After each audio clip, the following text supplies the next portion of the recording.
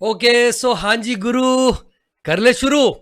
तो आज हम जिस टॉपिक का बेटा रिवीजन करने वाले हैं, वैसे तो वो चैप्टर अलग से जनरली इंस्टीट्यूट नहीं पूछता है, बट यस कभी कभार टोटल इनकम के क्वेश्चन के अंदर या फिर इनकम फ्रॉम सैलरी के साथ में या फिर set of and carry forward के साथ में उसके ऊपर क्वेश्चन आ सकता है। यस, लास्ट ईयर एक अमेंडमेंट भी हुआ था सेट ऑफ लॉसेस से रिलेटेड, तो सर उससे मिलता जुलता क्वेश्चन आपका पूछा जा सकता है।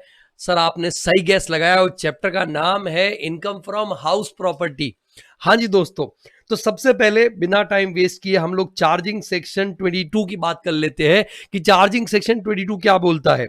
तो सर जो रेंटल इनकम है या जो एनुअल वैल्यू है, एनुअल वैल्यू आपको मालूम है कि अगर डीम लेट आउट प्रॉपर्टी है तो उस केस में आपका एनुअल वैल्यू हम लोग वहां पे लेते हैं। तो या तो सर रेंटल इनकम या फिर annual value shall be taxable under the head income from house property, अगर कुछ कंडीशन सेटिस्फाई होती है। अभी कंडीशन क्या है मेरे दोस्त, तो ये कंडीशन सबसे पहले यहाँ पे जो 3 कंडीशन दे रखी है कि sir there must be a house और building, there must be a house और बिल्डिंग, है ना, और लैंड अपार्टमेंट देयर टू। या तो हाउस होना चाहिए, बिल्डिंग होना चाहिए, वेकेंट प्लॉट ऑफ लैंड नहीं, ठीक है, हाउस और बिल्डिंग और लैंड अपार्टमेंट देयर टू। ये लैंड अपार्टमेंट देयर टू क्या होता है बेटा, सर वो हाउस या बिल्डिंग से अटैच, अटैच वाला जो एरिया होता है ना, अटैच, जैसे कि पार्किंग एरिया हो गया, लॉन हो गया, लॉन लॉन है ना, गार्डन हो गया, जो हाउस से अटैच्ड है, उसको अगर आपने रेंट पे दिया, मान लो मेरा घर का जो बेसिकली मेरा घर है, ग्राउंड फ्लोर पे मेरा घर है और उससे अटैच एक गार्डन है या लॉन है। अब मैंने क्या किया, किसी की शादी हो रही थी, अभी उसको वो लॉन चाहिए था कि भाई इस लॉन के अंदर बढ़िया सा हम लोग वहां पे अपना रिसेप्शन वगैरह करेंगे, ऐसा राजस्थान वगैरह में हमारे होता है। So the point is basically वो मैंने किसी को रेंट पे दे दिया। अब जो रेंटल इनकम आ रहा है ना, that is land appurtenant to such house और building, land appurtenant to such house और बिल्डिंग, वो इनकम फ्रॉम हाउस प्रॉपर्टी में आएगा। तो दे मस्ट बी हाउस और बिल्डिंग और लैंड अपार्टमेंट देयर टू। दूसरा, सच हाउस और बिल्डिंग और land apartment thereto shall be own by assessee, that is more important. Own by, own own own ownership बहुत जरूरी है बेटा, क्योंकि अगर ओनरशिप नहीं होगा ना तो सर सीधी सी बात है आपका वो इनकम फ्रॉम अदर सोर्सेज में चला जाएगा। सबलेटिंग बोलते हैं उसको, क्या बोलते हैं बेटा, सबलेटिंग। सबलेटिंग या तो इनकम फ्रॉम अदर सोर्स में चला जाएगा, और अगर वो बिजनेस है, ठीक है, अगर किसी का जैसे कि जो किराए पे देने का बिजनेस होता है, शॉप्स वगैरह किराए पे देने का बिजनेस होता है, तो पीजीपी में चला जाएगा। ओके, बट द पॉइंट उसके बारे में बाद में बात करेंगे, सबलेटिंग वाला कॉन्सेप्ट जब डिस्कस करेंगे तब हम बात करेंगे। बट द हाउस और बिल्डिंग और land to shall be own by assessee. लेकिन ओनरशिप में क्या बोला मालूम है कि ओनरशिप के अंदर अगर कोई डीम्ड ओनर भी है, सेक्शन 27 के अंदर कुछ केसेस दे रखे हैं जहां पे डीम्ड ओनर माना जाएगा, मतलब लीगल ओनर कोई और है बट फिर भी आपको वहां पे डीम्ड ओनर माना जाएगा। और डीम्ड ओनर भी ओनर होता है, और इनकम फ्रॉम हाउस प्रॉपर्टी किसके हाथ में टैक्सेबल होगा बेटा, उसके हाथ में जो कि डीम्ड ओनर है, ना कि लीगल ओनर है। हाँ जी सर, बात करेंगे अभी हम लोग। और तीसरा आता है बेटा, it shall not be use for the purpose of business of assessee. अगर लेटिंग आउट किसी का बिजनेस, जैसे मॉल्स वगैरह होते हैं, शॉपिंग मॉल हो गया, ठीक है, कि भाई आपका स्काई सिटी मॉल जो है बेसिकली, या इनऑर्बिट मॉल है, वो लोग क्या करते हैं सर, वो लोग शॉप्स वगैरह रेंट पे देते हैं। बड़े बड़े ब्रांड्स होते हैं कि जैसे स्काई सिटी मॉल के अंदर आपका एप्पल स्टोर खुल रहा है, मुंबई का सेकंड एप्पल स्टोर, या और भी जो दूसरे दूसरे ब्रांड्स है, उनको सर वहां पे क्या किया जा रहा है, रेंट पे दिया जा रहा है। तो सर उनके लिए वो बिजनेस है, फिर यहां नहीं आएगा सर, वो फिर स्काई सिटी मॉल के लिए जो रेंटल इनकम होगा वो पीजीपी में टैक्सेबल होगा, उनका तो बिजनेस ही है वो, राइट।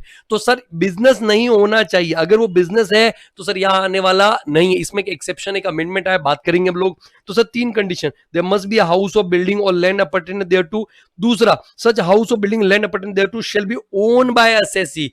तीसरा बेटा वहां पे कि आपका ये ओनरशिप है ना, इसके अंदर डीम्ड ओनरशिप भी आ जाएगा। और तीसरा, सर वो हाउस या बिल्डिंग और land thereto shall not be use for the purpose of business. अगर ये तीनों कंडीशंस क्यूमुलेटिवली सेटिस्फाई होती है तो सर आपका रेंटल इनकम आ रहा है वो इनकम फ्रॉम हाउस प्रॉपर्टी में टैक्सेबल हो जाएगा, आप सबको मालूम है। और सर अगर रेंटल इनकम नहीं भी है तो एनुअल वैल्यू और सेल्फ ऑक्यूपाइड प्रॉपर्टी वाला भी हम डिस्कस, आपको मालूम है तो आप डिस्कस करेंगे वो, तो इनकम फ्रॉम हाउस प्रॉपर्टी में आ जाएगा।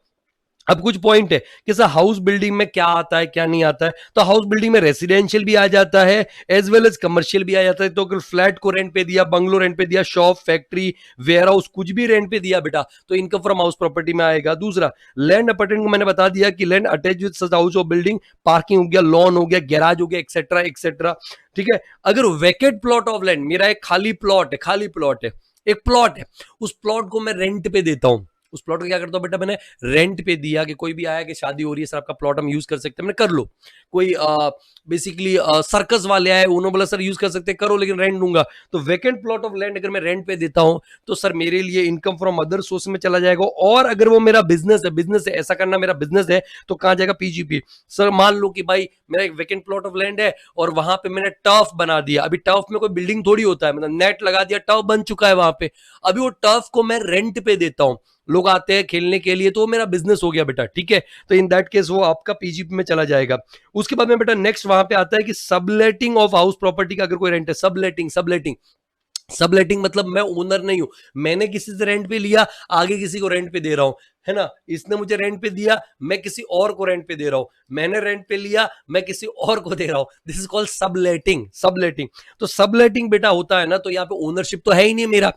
सुनो ना, मैं किसी और को दे रहा हूं, तो मैं ओनर नहीं हूं, मेरे लिए ये सबलेटिंग बोलते हैं। तो बेटा ये इनकम फ्रॉम अदर सोर्सेज में टैक्सेबल होगा। लेकिन सपोज ये मेरा बिजनेस है, ठीक है, सपोज ये क्या मेरा बिजनेस है, ऐसा मैं, है ना, बिजनेस है मेरा, ऐसा ही करता हूं, मेरा सब्सटेंशियल पार्ट ऑफ इनकम इसी एक्टिविटी से आ रहा है, तो ये पीजी में टैक्सेबल हो जाएगा।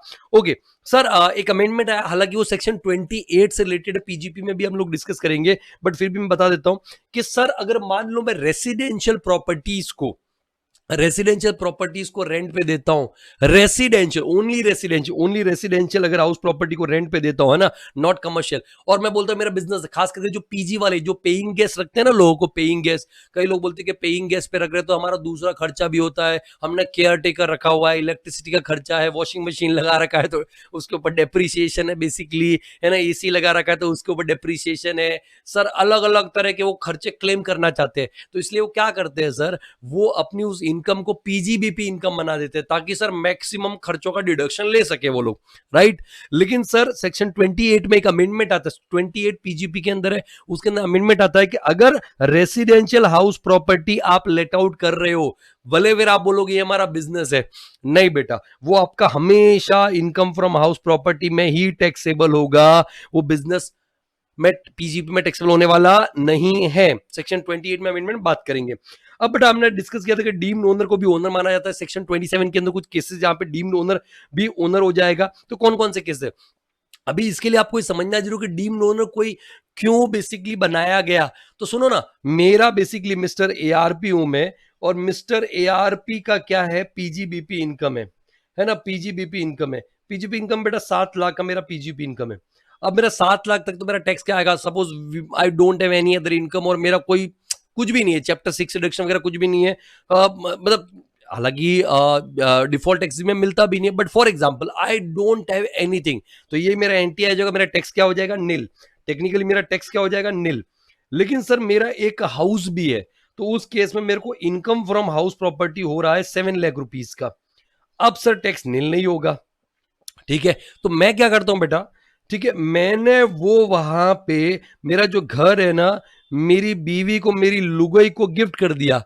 वैसे भी वो मेरे से गिफ्ट मांगती रहती है, बोलती है कि भाई आप कुछ गिफ्ट तो देते नहीं, भाई मतलब भाई नहीं बोलती है, मतलब ऐसे ही बोलने में, बोल चाल की भाषा में, ठीक है, हमारे मारवाड़ियों में भाई नहीं बोलते हैं, है ना, अमित भाई, जिग्नेश भाई ऐसा नहीं बोलते हैं, ठीक है, वो गुजराती इसमें ऐसा बोलते हैं। सो द पॉइंट इज, मेरी लुगाई मेरे को बोलती है कि भाई अभी एनिवर्सरी गया, कोई गिफ्ट तो दिया नहीं, आपका बर्थडे भी आ रहा है, कोई गिफ्ट तो दिया नहीं, मेरा बर्थडे भी आ रहा है, कोई गिफ्ट तो दिया नहीं।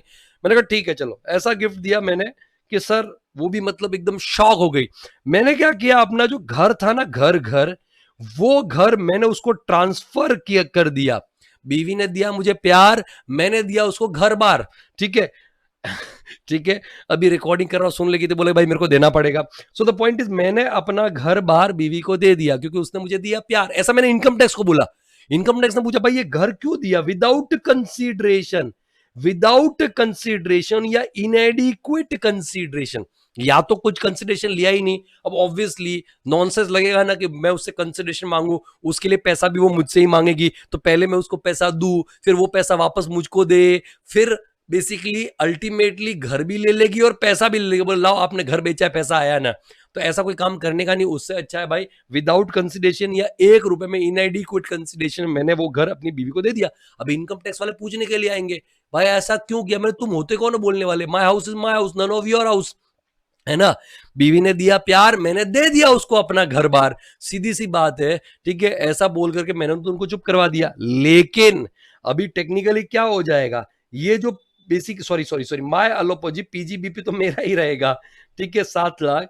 लेकिन ये जो इनकम फ्रॉम हाउस प्रॉपर्टी था ना, ये मेरी लुगाई मेरी बीवी के हाथ में क्या हो जाएगा, टैक्सेबल।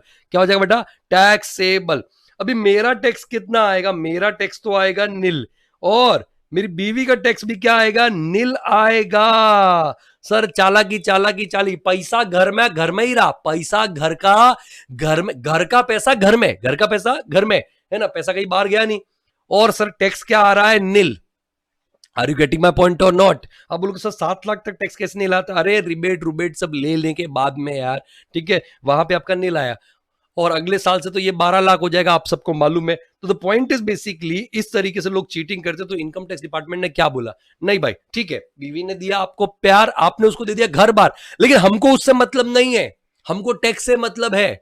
तो भले आपकी बीवी स्पाउस जो मिसेस एआरपी है, मिसेस एआरपी वहां पे कौन है, मिसेस एआरपी वहां पे बेसिकली लीगल ओनर है, legal owner, legal owner. But mister ARP को क्या माना जाएगा, डीम्ड ओनर माना जाएगा। और income from house property mister ARP के हाथ में टैक्सेबल हो जाएगा, ना कि मिसेस एआरपी के हाथ में टैक्सेबल होगा। इस तरीके से यहां पे टैक्स आ जाएगा फिर से, ठीक है। तो ये कॉन्सेप्ट है डीम्ड ओनर का, सेक्शन 27 के अंदर कुछ किस देर का पहला है, house of building transfer to spouse, to spouse, spouse है ना, only to spouse, only to spouse for without consideration और इनएडिक्वेट कंसिडरेशन, ठीक है, या तो बिना किसी कंसिडरेशन के या इनएडिक्वेट। अभी इनएडिक्वेसी बेटा कितना भी हो सकता है, ठीक है। तो house of building transfer to spouse without consideration और इनएडिक्वेट कंसिडरेशन। तो सर अगर एडिक्वेट कंसिडरेशन के लिए ट्रांसफर किया है तो कोई दिक्कत है, कोई दिक्कत नहीं है, कोई दिक्कत नहीं है बेटा। इनफैक्ट सबसे बढ़िया तरीका यही होता है कि आप एडिक्वेट कंसिडरेशन के लिए आप क्या कर लो सर, ट्रांसफर कर लो। अभी उसमें बोलोगे कि सर आपका कैपिटल गेन आएगा, उसमें तो आपके हाथ में। सर 10 तरीके हैं अलग अलग, ठीक है, अलग अलग 10 तरीके हैं, उसमें आपको ज़्यादा डिटेल में जाने की ज़रूरत नहीं है।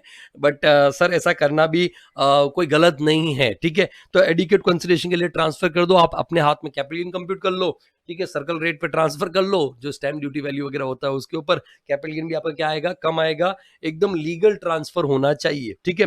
So the point is basically पहला केस है house of building transfer to spouse for without consideration और इनएडिक्वेट कंसिडरेशन। तो इन दैट केस जो ट्रांसफरी स्पाउस है, ट्रांसफरी स्पाउस मतलब मेरी लुगाई, वो लीगल ओनर है, बट ट्रांसफर स्पाउस मतलब मैं, shall be treated as deemed owner, shall be treated as what, deemed owner.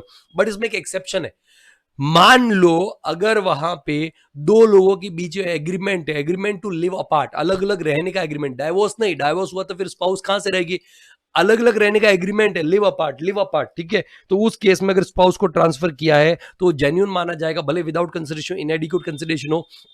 तो इन दैट केस सर वहां पे डीम्ड ओनर माना नहीं जाएगा ट्रांसफर को। बोले सर ये बढ़िया तरीका है, अरे डिपार्टमेंट वाले आ जाएंगे चेक करने, एक दिन सुबह सुबह आ जाएंगे चाय पीने के लिए कि भाई भाभी जी आप तो किसी और घर में रह गई थी, यहाँ क्या कर रहे हो। तो बोला अरे कल ही आई हूँ बच्चों को लेकर के।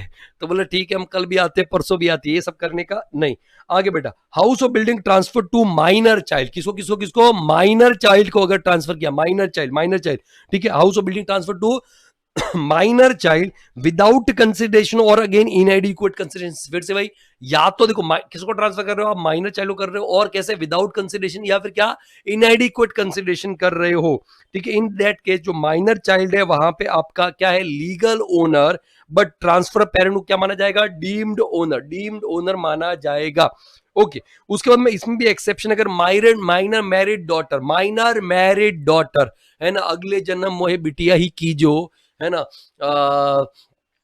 क्या बोला, छोटी सी उम्र में परनाई रे बाबोसा। बोला सर ये तो राजस्थान में होता है। अरे भाई सब लोग लकी नहीं होते हैं, ऐसे तुमने स्टीरियोटाइप कर दिया राजस्थान को कि भाई राजस्थान में होता, राजस्थान में पानी नहीं है, राजस्थान में बाल विवाह होता है। मेरा नहीं हुआ था, हर कोई इतना लकी नहीं होता है, नहीं हुआ था मेरा, ठीक है। तो सर बार बार मत बोला करो, transfer to minor married daughter, transfer to minor married daughter, ठीक है। तो अगर किया है तो जो ट्रांसफर पेरेंट उसको डीम्ड ओनर नहीं माना जाएगा।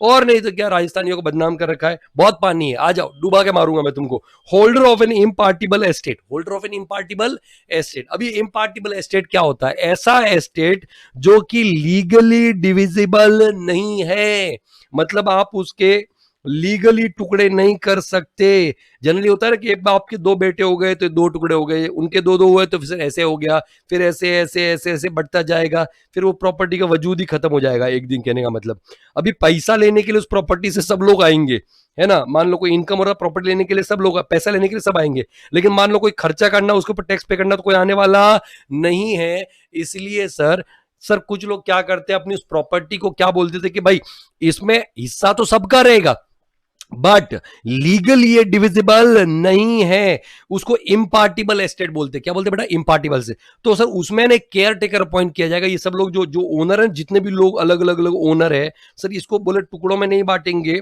और वो सब लोग ओनर मिलकर के एक केयर टेकर को अपॉइंट करेंगे। उस केयर टेकर को बोलते हैं होल्डर। क्या बोलते हैं बेटा? होल्डर। उस होल्डर की जिम्मेदारी रहेगी खर्चे करना, पहले तो यहां से इनकम लेना, फिर उस इनकम में से सारे एक्सपेंसेस, रिपेयर जो भी किया है वो सारे करना, और फिर उसके बाद में बेटा जो सरकार का टैक्स है वो भी पे करना। तो उस होल्डर को बेटा क्या माना जाएगा? Deemed owner. डीम्ड ऑल दो लीगल ओनर वहां पे कुछ और लोग है, कोई और लोग है, ठीक है। तो holder of an impartible estate, holder of an impartible estate, ठीक है, although legal owner is कोई और person, some other person. Next आता है member of a housing cooperative society और कंपनी। सर मुंबई में मान लो एक सोसाइटी है, ठीक है, एक सोसाइटी है बेसिकली, उस सोसाइटी के अंदर मेरा एक फ्लैट है, 1302 मेरा फ्लैट नंबर है फॉर एग्जाम्पल, मुंबई के अंदर, ठीक है। एक कोऑपरेटिव हाउसिंग सोसाइटी है, कोऑपरेटिव हाउसिंग सोसाइटी है, ठीक है। अब द पॉइंट इज बेसिकली जो कोऑपरेटिव हाउसिंग, मेरा फ्लैट कौन सा? 1302। अब ये 1302 जो फ्लैट है, उस फ्लोर पे और भी 3-4 फ्लैट्स है। Now the point is basically, क्या मैं उस पूरे 13 फ्लोर पे कब्जा कर सकता हूं? नहीं कर सकता। या फिर ये जो 1302 फ्लैट है, ठीक है, यहां पे बाहर की साइड में अपनी मर्जी से भगवा कलर या कोई और कलर करवा सकते, जबकि बिल्डिंग का कलर कुछ और है, ग्रे कलर है, या फिर आपका कोई भी और कलर, कोई भी व्हाइट कलर है, किसी भी तरह कलर है, मैं क्या भगवा करवा सकता हूं? नहीं, it is not possible. Sir इस बिल्डिंग के अंदर स्विमिंग पूल है, क्या होली के दिन मैं उसके अंदर कलर वाला डाल करके, कीचड़ विचड़ डाल करके अपने दोस्तों को बुला करके होली खेल सकता हूं? नहीं खेल सकता। सर क्या सोसाइटी की लिफ्ट को यहाँ पे 13 फ्लोर पे लाके ब्लॉक कर सकता हूं? नहीं कर सकता। क्यों? क्योंकि सर मेरा बस ये खाली फ्लैट है, बट टेक्निकली देखा जाए तो उस फ्लैट का ओनर भी मैं नहीं, उस फ्लैट का और पूरी बिल्डिंग का ओनर है ना सोसाइटी है, सोसाइटी है, पूरी बिल्डिंग की ओनर वो सोसाइटी है। नाउ द पॉइंट इज, क्योंकि मैं उस सोसाइटी का मेंबर हूं, मैंने उस सोसाइटी का शेयर खरीदा था, शेयर, तो सोसाइटी क्या बनाओ बेटा? मैं मेंबर। तो मुझको है ना मेंबर होने की वजह से वो सोसाइटी, सुन अच्छे से सुन बेटा, इधर इधर मत दे, चाय कॉफी आता रहेगा, तू इधर ध्यान दे, पढ़ते टाइम पढ़ना है, ठीक है। क्वेश्चन भी मैं करवाने वाला हूं, एक बार तुम फटाफट ये देखे करो, फिर हम लोग क्वेश्चन प्रैक्टिस भी करेंगे। टोटल इनकम बच्चों की बहुत डिमांड आ रही है, सर टोटल इनकम करवाओ, मैं टोटल इनकम के क्वेश्चन भी करवाने वाला हूं, एमसीक्यूज भी डिस्कस करेंगे, थोड़ा हम लोग सब करेंगे, ठीक है। So the point is basically holder of an member of a housing cooperative society या कंपनी, सोसाइटी की जगह कंपनी भी हो सकता है। तो इन दैट केस बेटा वहां पे, क्योंकि मैं मेंबर हूं, मैंने शेयर खरीदा था सोसाइटी का, मुझे एक फ्लैट अलॉट किया गया या उस बिल्डिंग के अंदर कुछ भी अलॉटमेंट किया गया, तो उस पूरी बिल्डिंग का ओनर तो सोसाइटी है, राइट। बट वो जो फ्लैट है ना 1302, उस 1302 फ्लैट का मुझे क्या माना जाएगा? डीम्ड ओनर माना जाएगा। क्या माना जाएगा? डीम्ड ओनर माना जाएगा, ठीक है। अभी ये समझने की बहुत ज्यादा जरूरत थी वहां पे। तो ये हो गया आपका deemed owner cooperative housing society case में। फिर इसके बाद में बेटा आता है transfer of house property in case of part performance of contract, है ना। सर फुल परफॉर्मेंस कॉन्ट्रैक्ट क्या होता है? सर एक वहां पे कौन है? सेलर। उस सेलर ने एक बायर को अपना हाउस प्रॉपर्टी ट्रांसफर कर दिया, पोजीशन भी दे दिया, कंसीडरेशन भी ले लिया, और सेल डीड भी एग्जीक्यूट कर दिया, जो भी रजिस्ट्री करना था कर दिया, इसने स्टैंप ड्यूटी भी भर दिया, पूरा कहानी खत्म हो चुका है। इसको बोलते हैं फुल परफॉर्मेंस कॉन्ट्रैक्ट। लेकिन पार्ट परफॉर्मेंस कॉन्ट्रैक्ट बोलेंगे जब ये सेलर ने इसको बायर को, किसको बायर को सर पोजीशन दे दिया, बायर ने सेलर को कंसीडरेशन दे दिया, बट सेल डीड एग्जीक्यूट नहीं किया, बस खाली agreement of sale power of attorney will बना करके दे दिया। सर इसको बोलेंगे पार्ट परफॉर्मेंस ऑफ कॉन्ट्रैक्ट। तो इन दैट केस सर ये जो बायर है इसको डीम्ड ओनर मानेंगे, although seller is legal owner. और जब हम कैपिटल गेन पढ़ेंगे तो इसके हाथ में इसको ट्रांसफर माना जाएगा। क्या माना जाएगा बेटा, ट्रांसफर, सेक्शन 247 के अंदर ट्रांसफर माना जाएगा, इसके बाद में कैपिटल गेन भी कंप्यूट करेंगे। ओके, उसके बाद में बेटा अगर वहां पे एक लेसी है, लेसी दो लोग होते हैं, एक लेसर दूसरा लेसी, तो सर लेसी ने अगर कोई हाउस प्रॉपर्टी लीज पे लिया है, not less than 12 years, not less than 12 years, not less than 12 years, not less मतलब मिनिमम 12 साल होना चाहिए, तो उस इन दैट केस वो लेसर भले उस प्रॉपर्टी का लीगल ओनर है, बट उस लेसी को डीम्ड ओनर माना जाएगा। जैसे महाराष्ट्र में पगड़ी सिस्टम बहुत फेमस है, पगड़ी सिस्टम ऐसा तो 99 ईयर्स की लीज पे दे दिया है, तो अभी सर वो लेसी को डीम्ड ओनर माना जाएगा, although lessor is the legal owner. अब टाइप्स ऑफ हाउस प्रॉपर्टी आपको मालूम है बेटा, जो प्रॉपर्टीज किराए पे दी जाती है उनको बोलती है लेट आउट प्रॉपर्टीज। क्या बोला जाता है बेटा, लेट आउट प्रॉपर्टीज बोला जाता है। और जो बाकी की प्रॉपर्टीज है उसमें अगर कोई बिजनेस के लिए आप यूज कर रहे हो, अपने खुद के बिजनेस के लिए, तो SOP for business, SOP for business, इसका इधर कुछ ट्रीटमेंट नहीं करने का, पीजीपी में जाएगा, इसका सारा खर्चा वर्चा सब कुछ पीजीपी में ही देखने का आपको। और सर जो बची हुई प्रॉपर्टीज है उसमें से कोई भी मैक्सिमम 2 प्रॉपर्टीज, हाँ जी सर, मैक्सिमम 2 प्रॉपर्टीज को आप वहां पे सेल्फ ऑक्यूपाइड प्रॉपर्टीज की तरह यूज कर सकते हो, जो आप अपनी फैमिली के लिए, खुद के लिए, रेसिडेंस के लिए यूज करना क्लेम कर सकते हो। तो मैक्सिमम 2 एसओपीज ले सकते हो, और वो आपका ऑप्शन है कि आपको कौन सी 2 एसओपीज लेनी है। तो इस तरीके से उसके ऊपर इनकम फ्रॉम हाउस प्रॉपर्टी निकाला जाएगा। और बची हुई जितनी भी प्रॉपर्टीज है, मतलब मोर देन 2 एसओपीज अगर कोई है तो 2 एसओपी क्लेम कर ले, उसके अलावा बची हुई सारी, या फिर जो लेट आउट भी नहीं है, सेल्फ ऑक्यूपाइड भी नहीं, अनऑक्यूपाइड प्रॉपर्टीज, वो सारा का सारा डीम लेट आउट मान लिया जाएगा। और डीम लेट आउट मतलब उसको बोलते हैं कि तुम हो लेकिन तुम्हें पता नहीं है, तुम लेट आउट हो लेकिन तुम्हें पता नहीं है, इसका मतलब वो लेट आउट की तरह ही ट्रीटमेंट करेंगे, सेम लेट आउट की तरह। अब सर कंप्यूटेशन की बात करें तो computation of income for house property में सबसे पहले अगर कोई प्रॉपर्टी लेट आउट है थ्रू आउट द ईयर, मतलब सर वो खाली है ही नहीं, वैकेंसी है ही नहीं है, there is no vacancy, 1st April 2024 to 31st March 2025 तक वो लेट आउट था, there was no वैकेंसी था ही नहीं। तो उस केस में कैसे कंप्यूटेशन करेंगे, या फिर डीम लेट आउट, एकदम एक्सट्रीम, एक ईस्ट तो एक वेस्ट, सर एक भी दिन लेट आउट नहीं था, या तो वो सेल्फ ऑक्यूपाइड था और 2 एसओपी ऑलरेडी आपने मान लिया है तो 2 से ज्यादा, या फिर वो अनऑक्यूपाइड था, ऑलरेडी 2 एसओपी का बेनिफिट ले चुके हो, तो डीम लेट आउट प्रॉपर्टी। तो सर या तो लेट आउट था थ्रू आउट द ईयर, बिल्कुल भी वैकेंसी नहीं था, या डीम लेट आउट था। तो उसके केस में आप कंप्यूटेशन करोगे, सबसे पहले ग्रॉस एनुअल वैल्यू है ना, जीएवी कैसे निकालते हो, तो जीएवी निकालना वैसे आपको आता है, अच्छा ये मैंने नोट में लिख रहा है, लेकिन आप मेन स्टेटमेंट में यहीं पे आप करोगे, आपको नोट में अलग से करने की जरूरत नहीं, यहीं से कंटिन्यू करोगे, पर्टिकुलर्स ये पूरा फॉर्मेट अमाउंट। सबसे पहले बेटा जीएवी कैसे निकालते हो, म्युनिसिपल वैल्यू। सब म्युनिसिपल वैल्यू जो बेसिकली अगर देखा जाए तो ये वो वैल्यू है जो local municipal tax, local authority municipal tax charge करने के लिए वैल्यू और प्रॉपर्टी का निकालता है। जनरली ये ऑनलाइन मिल जाता है, पहले इसका एक वो आता था, क्या बोलते थे, रेडी रखना आता था, बट आजकल तो ऑनलाइन मिल जाएगा आपको, ठीक है। तो municipal value basically area wise होता है, ठीक है, स्क्वायर फीट के हिसाब से, आपका प्रॉपर्टी का नहीं, ऐसा area wise, locality wise, square feet के हिसाब से आपका दे रखा होगा। तो म्युनिसिपल वैल्यू पर एनम, हमेशा बेटा पर एनम, हमेशा पर एनम लेने का है, हमेशा पर एनम। कौन से केस में पर एनम नहीं लेने का वो बात करूंगा मैं, बट हमेशा पर एनम म्युनिसिपल वैल्यू। दूसरा फेयर रेंट पर एनम, है ना, फेयर रेंट मतलब जो सिमिलर प्रॉपर्टी का जो रेंट होता है, जिसको फेयर मार्केट रेंट भी बोल सकते हैं, वो लेना है, which ever is higher, reasonable rent भी बोल सकते हैं, इन दोनों में विच एवर इज हायर। इसको कंपेयर करेंगे स्टैंडर्ड रेंट, स्टैंडर्ड रेंट बेटा वहां पे as per rent control act जो मैक्सिमम रेंट हो सकता है, मैक्सिमम रेंट हो सकता है स्टैंडर्ड रेंट, वो आपको लेना है per annum, which ever is lower, तो ये आ गया expected rent, automatically per annum आ गया।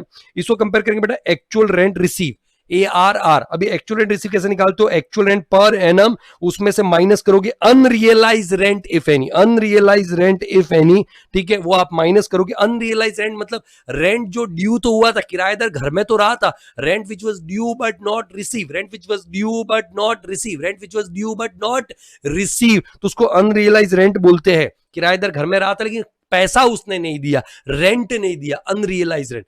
अभी वो माइनस करने को तभी मिलेगा जब रूल 4 की कंडीशन सेटिस्फाई होती है। रूल 4 की कंडीशन सेटिस्फाई, वो क्या बोलता है, रूल 4 को बोलता है कि सर आपने अपनी सारी कोशिश कर ली थी रेंट की रिकवरी का, गुंडे नहीं भेजने हैं, लीगल नोटिस वगैरह जो भी करना था वो आपने कर लिया था, ठीक है, सारी कोशिश कर ली थी रेंट रिकवरी का। दूसरा सर अगर उसने रेंट नहीं दिया है तो आपने उस टेनेंट को अपना प्रॉपर्टी खाली करवा दिया है।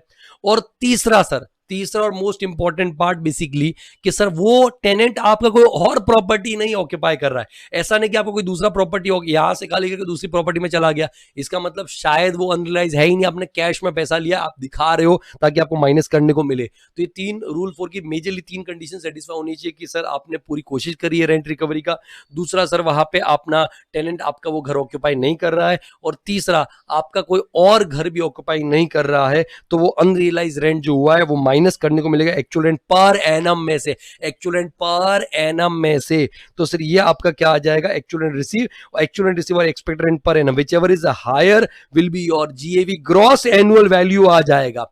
अब बेटा अगर ये property deem let out property, deemed let out मतलब जो लेट आउट नहीं है, बस खाली इसको बोल रहे तू है लेकिन तुझे पता नहीं, तू लेट आउट लेकिन पता नहीं है, लेकिन सच में तो नहीं है ना, तो उस केस में बेटा ये एक्चुअल रेंट तो आ ही नहीं रहा होगा, तो उस केस में जीएवी क्या होगा, उस केस में जीएवी हो जाएगा आपका ये जो एक्सपेक्टेड रेंट है ना, यही जीएवी हो जाएगा। इसलिए मैंने एनुअल वैल्यू वर्ड यूज किया था, इसीलिए एनुअल वैल्यू वर्ड यूज किया था। अभी ये बोला डीएलओपी केस में एक्सपेक्टेड रेंट ये जीएवी होगा।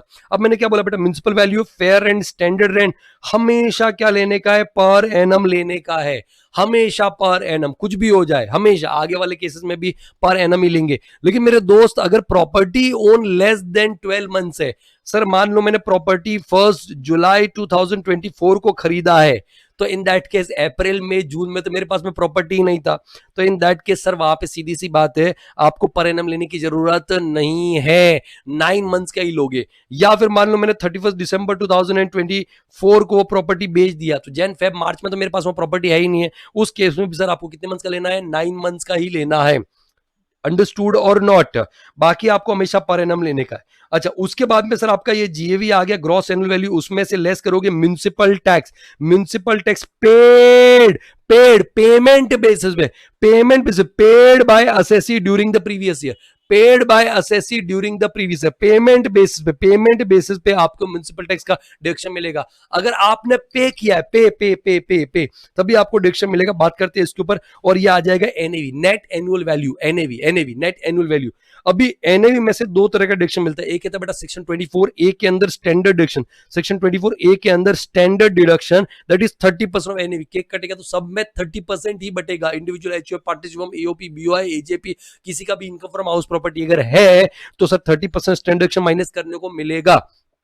ठीक है, दूसरा बेटा माइनस करने को मिलता है deduction under section 24 B, interest on loan, interest on loan. Sir आपने अगर लोन लिया था for acquisition, construction, repairs, renovation, renewal of house property, purpose सिर्फ एक्विजिशन होना चाहिए, कंस्ट्रक्शन होना चाहिए, रिपेयर्स होना चाहिए, रिन्यूअल होना चाहिए, रिनोवेशन होना चाहिए ऑफ हाउस प्रॉपर्टी, और कुछ पर्पस नहीं होना चाहिए, तो इन दैट केस आपको इंटरेस्ट का डिडक्शन मिलेगा, पेमेंट बेस पे नहीं, interest accrued during the previous year, accrued during the, जितना इंटरेस्ट अक्रूड हुआ है ड्यूरिंग द प्रीवियस ईयर पूरा डिडक्शन क्या हो जाएगा, अलाउ, कोई मैक्सिमम लिमिट नहीं है, रिजीम चाहे डिफॉल्ट हो या ऑप्शनल हो कोई फर्क नहीं पड़ता है, आपका हर तरह की रिजीम के अंदर विदाउट एनी मैक्सिमम लिमिट आपका पूरा interest accrued during the previous deduction क्या हो जाएगा, अलाउ, सेक्शन 24 बी के अंदर, this will be your income from house property. अभी सर यहां पे अगर आप देखो कुछ चीजें कि म्युनिसिपल टैक्स का डिडक्शन हमेशा आपको पेमेंट बेसिस पे ही मिलेगा, अगर पे किया है वो भी during the previous year, relevant previous year, अगर 24-25 में पे किया है तभी डिडक्शन मिलेगा, अदरवाइज मिलने वाला नहीं है। और वो भी कौन पे करेगा, असेसी, मतलब burden of municipal tax assessee के ऊपर आना चाहिए। टेनेंट ने पे किया है लेकिन बर्डन अगर असेसी ओनर के ऊपर आ रहा है तो डिडक्शन मिल जाएगा, लेकिन टेनेंट ही पे कर रहा है, ओनर के ऊपर बर्डन नहीं आ रहा है कि ओनर के रेंट पैसे नहीं काट रहा है या ओनर वापस नहीं दे रहा है, तो इन दैट केस सर वहां पे आपका डिडक्शन मिलने वाला ओनर को नहीं है। सर रेंट अगर टेनेंट ने पे किया तो डिडक्शन, म्युनिसिपल टैक्स टेनेंट ने पे किया तो डिडक्शन मिलने वाला नहीं है। दूसरा जो इंटरेस्ट या पेनल्टी ऑन म्युनिसिपल टैक्स है, इंस्टीट्यूट ने एग्जाम में क्वेश्चन पूछा गया है कि सर जो म्युनिसिपल टैक्स लेट पे किए है ना, तो उसके ऊपर इंटरेस्ट या पेनल्टी था बेटा, उसका डिडक्शन नहीं मिलता, खाली म्युनिसिपल टैक्स का डिडक्शन मिलता है। एक एग्जांपल लिया बेटा, payment of municipal tax bye assessee, खुद ने पे किया, ओनर ने पे किया 24-25 में, सर म्युनिसिपल टैक्स 22, 23 एंड 23-24 का, प्रीवियस 22-23 एंड 23-24 का आउटस्टैंडिंग था 15,000, जो 24-25 में पे किया, 24-25 का म्युनिसिपल टैक्स 10,000 था वो पे कर दिया, एंड म्युनिसिपल टैक्स वो प्रीवियस से 25-26 टू 98-99 एडवांस में पे कर दिया कि भाई ये काम करो, 75-76 साल का, 74-75 जो भी है उस साल का आप पूरा मेरे से एक बार में ले लो 1 लाख रुपए, बेटा कोई फर्क नहीं पड़ता है। इंपॉर्टेंट क्या है सर कि 1,25,000 पे किया है 24-25 में, तो उसका डिडक्शन इसी साल क्या हो जाएगा, अलाउ 24-25 में। अगर बेटा आप स्टैंडर्ड डिडक्शन ले रहे हो 30% का, तो आपको सेक्शन 24A में जब स्टैंडर्ड डिडक्शन 30% ले लिया है, तो सर बाकी सारे एक्सपेंसेस डीम्ड अलाउड मान लिए जाएंगे। डीम्ड अलाउड जैसे commission, brokerage, repairs, insurance premium etcetera etcetera shall be deemed allowed मान लिया जाएगा। इनका डिडक्शन नहीं मिलने वाला है, नहीं मिलने वाला है, नो अदर एक्सपेंसेस। ओके, तो ये सर आपका क्या था, लेट आउट प्रॉपर्टी। ठीक है, उसके बाद में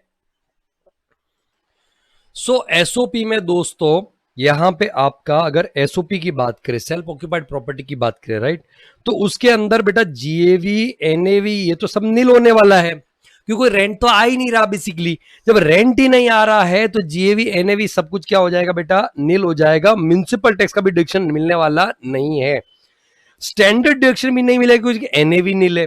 now the question arises, sir जब सब नील है तो हम ये पढ़ क्यों रहे, ये कर क्यों रहे, ये भी तो एक क्वेश्चन आता है ना बेटा। तो बेटा एकमात्र डिडक्शन जो मिलता है वो है सेक्शन 24B के अंदर, interest on loan on acquisition, construction, repairs, renovation, renewal of house property, और वो भी अक्रूअल बेसिस पे, accrued during the previous year. तो अगर मान लो वहां पे आपने क्या किया है सर, अगर लोन लिया है, क्या लिया बेटा, वहां पे लोन लिया है, और पर्पस वहां पे क्या था, पर्पस आपका वहां पे हाउस प्रॉपर्टी का क्या था, एक्विजिशन, कंस्ट्रक्शन, रिपेयर्स, रिनोवेशन या रिन्यूअल ऑफ हाउस प्रॉपर्टी था। तो उस केस में बेटा वहां पे आपको डिडक्शन मिल जाएगा 24B के अंदर, जो भी इंटरेस्ट अक्रूड हुआ है ड्यूरिंग द प्रीवियस ईयर वो। बट बेटा ये डिडक्शन नहीं मिलेगा अगर आप कौन सी रिजीम फॉलो कर रहे हो, 115 BAC डिफॉल्ट एक्सिम फॉलो करो। हाँ जी सर, सिर्फ एसओपी के लिए, एलओपी के लिए या डीएलओपी के लिए ऐसा कोई कंडीशन नहीं है, ओनली फॉर एसओपी। एसओपी आप कौन सी रिजीम फॉलो कर रहे हो, आप फॉलो कर रहे हो 115 BAC डिफॉल्ट टैक्स रिजीम, तो आपको डिडक्शन नहीं मिलने वाला। मतलब अगर डीएलओपी फॉलो कर रहे हो और एसओपी है तो सर हमेशा नील आएगा, ऑलवेज नील आएगा, क्योंकि डिडक्शन भी ये भी क्या हो जाएगा, नील।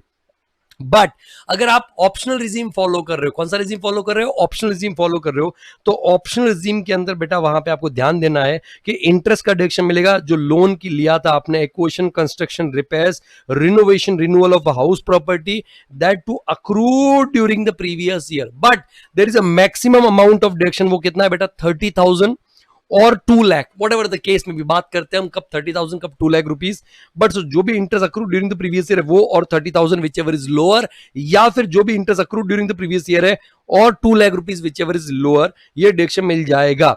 अभी जो लिमिट है ना बेटा, मैक्सिमम 30,000 है, मैक्सिमम 2 लाख का, ऑब्वियसली दोनों नहीं ले सकता, दोनों में से कोई एक ही लगेगा। सर वो लिमिट आपका पर एसओपी नहीं है, क्योंकि 2 एसओपीज आपको अलाउड है, तो पर एसओपी नहीं है बेटा, वो पर पर्सन है, पर पर्सन। मतलब मान लो मेरे 2 घर है और दोनों में उनको एसओपी यूज कर रहा हूं, राइट, तो सर जो हाउस 1 जो एसओपी है वहां पे मेरा इंटरेस्ट जो अक्रूड हुआ है ना, इंटरेस्ट अक्रूड, वो इंटरेस्ट अक्रूड मान लो रुपीस कितना है, 2,10,000 है, और मान लो इस केस में मैक्सिमम लिमिट लगने वाला है 2 लाख रुपए। हम बात करेंगे कब 2 लाख रुपए, कब आपका 30,000 रुपए लगता है। तो बेटा यहां पे इसके लिए डिडक्शन कितना मिल जाएगा, विच एवर इज लोअर। हाँ ठीक है, तो सर डिडक्शन कितना मिल जाएगा, विच एवर इज लोअर। ठीक है, एक्चुअली बैटरी वो हो रहा था। सबसे पहले फिर से हाउस वन जो एसओपी है, राइट, एसओपी है, उस केस में बेटा वहां पे आपका interest accrued in previous year 24-25 2,10,000, right. और सर मैक्सिमम जो है बेटा, मैक्सिमम इस केस में लिमिट आपका 2 लाख है, तो विच एवर इज लोअर कितना हो गया, 2 लाख रुपए। अब हाउस 2 है बेटा, वो भी एक एसओपी है, तो हाउस 2 जो एसओपी है उस केस में इंटरेस्ट अक्रूड मान लो इन 24-25 1,90,000 है, और मान लो इधर भी मैक्सिमम कितना है, मैक्सिमम 2 लाख है, विच एवर इज लोअर कितना हो जाएगा, 190। अब ये दोनों मिलाए कितना होता है, दोनों मिला के होता है 390, बट नहीं सर, आपका पर एसओपी तो हमने वहां पे रेस्ट्रिक्ट कर दिया 2 लाख पे, बट पर पर्सन भी मैक्सिमम कितना है, 2 लाख। तो सर ये 390 रेस्ट्रिक्ट होकर के मैक्सिमम 2 लाख का आपको डिडक्शन मिलेगा। आई होप आपको समझ में आ गया। सर ऐसा भी हो सकता है, एक और एग्जांपल लेने दो, कि मान लो हाउस 1 जो कि एसओपी है और वहां पे इंटरेस्ट जो अक्रूड हुआ है ना, अक्रूड इन प्रीवियस ईयर 24-25 वो 2,10,000 है, और इधर मैक्सिमम जो डिडक्शन है ना वो बेटा आपका 2 लाख है, तो विच एवर इज लोअर ये कितना हो जाएगा 2 लाख। और सर एक हाउस 2 है, हाउस 2 एसओपी, उसमें जो इंटरेस्ट अक्रूड हुआ है, इंटरेस्ट अक्रूड वो मान लेते हैं 45,000 और मैक्सिमम जो बेटा है ना वो आपका 30,000 है, तो इधर विच एवर इज लोअर कितना हो जाएगा 30,000। अब टेक्निकली दोनों मिलाए कितना हो गया 2,30,000, बट मैंने क्या बोला बेटा पर पर्सन, पर एसओपी नहीं, पर एसओपी नहीं, पर पर्सन कितना है 2 लाख, तो ये रेस्ट्रिक्ट होकर के 2 लाख पे आ जाएगा। I hope you understood in a best manner, ठीक है। और आपको ध्यान रखना है बेटा जो मैक्सिमम क्वेश्चन अगर आपको पूछा जाएगा अलोंग विद टोटल इनकम या अलोंग विद सैलरी या जो भी मतलब set of and carry forward of losses वाला पार्ट है, तो ये चीज खास करके एसओपी वाला आपको ध्यान रखने का, इंटरेस्ट वाला पार्ट। तो एक बार बेटा फिर से समराइज करते हैं। अगर सेल्फ ऑक्यूपाइड प्रॉपर्टी है, मैं बेटा आपको करवा रहा हूं रिवीजन, लेकिन एकदम डिटेल्ड मैनर में करवा रहा हूं, मेरे को कोई कॉम्प्रोमाइज नहीं करना है, चाहे प्रॉपर एग्जांपल लेना हो जो भी हो। सर करवाने को मैं इस चैप्टर को 15-20 मिनट में भी करवा सकता हूं, करवाया हुआ है आपको मालूम है अलग अलग तरीके से, वो भी करवा दूंगा, डोंट वरी, टेंशन मत लो। तो computation income for house property in case of SOP जेवी आपका नील, म्युनिसिपल टैक्स भी नील, तो एनएवी भी क्या हो जाएगा नील, और स्टैंडर्ड डिडक्शन भी क्या हो जाएगा नील। दो ओनली डिडक्शन जो मिलता है वो है interest on loan on acquisition, construction, repairs, renovation, renewal of house property accrued during the previous year, accrued during the previous year। तो जितना इंटरेस्ट अक्रूड हुआ है वो, और मैक्सिमम या तो 30,000 मैंने एग्जांपल में बताया आपको, और maximum 2 lakh rupees, which ever is lower deduction मिलेगा। पहले आप पर एसओपी कर लोगे ऐसा, फिर वापस उसको रेस्ट्रिक्ट करोगे पर पर्सन मैक्सिमम जो भी 30,000 या 2 लाख वाला केस है, ठीक है, उसके अंदर। ओके बट सर अगर आप कौन सा रिजीम फॉलो, ये डिडक्शन दे दिया तो सर हमेशा ये आपका नील आएगा, क्या आएगा नील नील नील, या फिर नेगेटिव लॉस आ सकता है, इधर कभी भी पॉजिटिव इनकम आ ही नहीं सकता। ओके बट अगर आप कौन सा रिजीम फॉलो करो, डिफॉल्ट टैक्स रिजीम फॉलो करो 115 बीएससी, तो बेटा ये बाय डिफॉल्ट ही नील हो जाएगा और इधर भी नील आएगा, सर आपको कोई डिडक्शन मिलने वाला नहीं है। अभी कुछ इंटरेस्ट को लेकर के कुछ कॉमन पॉइंट है, चाहे वो एलओपी हो एसओपी, दोनों को लेकर के। Interest on loan under section 24B LOP and SOP, deduction for interest allowed on accrual basis, deduction allowed on accrual basis, ठीक है, and not on payment basis, ये पहले हम लोग डिस्कस कर चुके हैं। दूसरा बेटा जो deduction under section 24B, under section 24B allowed only if the purpose of loan is acquisition, ये मैं पहले क्लियर कर चुका, पर्पस सिर्फ क्या होना चाहिए, एक्विजिशन होना चाहिए, या कंस्ट्रक्शन होना चाहिए, या रिपेयर या रिन्यूअल या रिनोवेशन ऑफ हाउस प्रॉपर्टी होना चाहिए। इसके अलावा और कोई पर्पस अलाउड नहीं है। बेटे की शादी के लिए घर को गिरवी रख करके लोन लिया, डिडक्शन मिलने वाला नहीं है ना। बेटी के हायर एजुकेशन के लिए घर को गिरवी मोर्टगेज पे रख के लोन लिया, डिडक्शन मिलने वाला नहीं है। सर दूसरा, सर कई बार क्या होता है कि मान लो मेरा ईएमआई 15 तारीख को जा रहा है, 15 तारीख हर महीने की 15 तारीख को, उस दिन मेरे अकाउंट में बैलेंस नहीं था।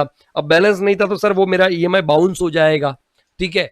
तो उस केस में जब बाद में ईएमआई जाएगा ना, तो सर एक तो ईएमआई का पैसा तो जाएगा ही जाएगा, साथ में एक डिलेड रीपेमेंट का इंटरेस्ट भी जाता है। जो इंटरेस्ट है ना पेनल्टी इन नेचर वाला इंटरेस्ट है, कौन सा वाला पेनल्टी इन नेचर वाला इंटरेस्ट है, तो वो भी जाता है। अभी द पॉइंट इज जो interest on delayed repayment of instalment है, interest on delayed repayment of instalment है बेटा, वो वहां पे आपका अलाउ होने वाला नहीं है, क्योंकि पेनल्टी इन नेचर का इंटरेस्ट उसका डिडक्शन नहीं मिलता। नेक्स्ट बेटा मान लो मैंने ओल्ड लोन लिया था आईसीआईसीआई बैंक से, वहां पे ब्याज था 9%, ठीक है, हाउसिंग लोन था, और वो मैं रीपे करता जा रहा हूं, लेकिन सर 9% ब्याज बहुत ज्यादा होता है। एक दिन मेरे को ऑफर आता है कि एसबीआई 8.5% पे हाउसिंग लोन दे रहा है, तो मैंने क्या कर दिया, एसबीआई से फ्रेश लोन ले लिया to repay the old loan जो कि हाउसिंग लोन था। तो जो अभी मैं ईएमआई पे करने वाला हूं, जो इंटरेस्ट पे करने वाला हूं, किसको पे करने वाला हूं, एसबीआई को, क्या मुझे उसका डिडक्शन मिलेगा, बिल्कुल मिलेगा। तो interest on fresh loan which was taken to repay the old housing loan shall be allowed as deduction under section 24B, क्योंकि जो नया वाला लोन है वो भी हाउसिंग लोन है। मैंने क्या बोला, 9% से आईसीआईसीआई बैंक पे लिया था, एसबीआई 8.5% पे हाउसिंग लोन ऑफर कर रहा, हाउसिंग लोन, तो वो भी हाउसिंग लोन ही है। मैं ऐसा स्विच कर सकता हूं बेटा, ऐसा अलाउड है बेटा, कोई दिक्कत नहीं है। तो सर वो जो नया वाला लोन है एसबीआई पे, वहां पे जो भी है मेरे को डिडक्शन मिल जाएगा।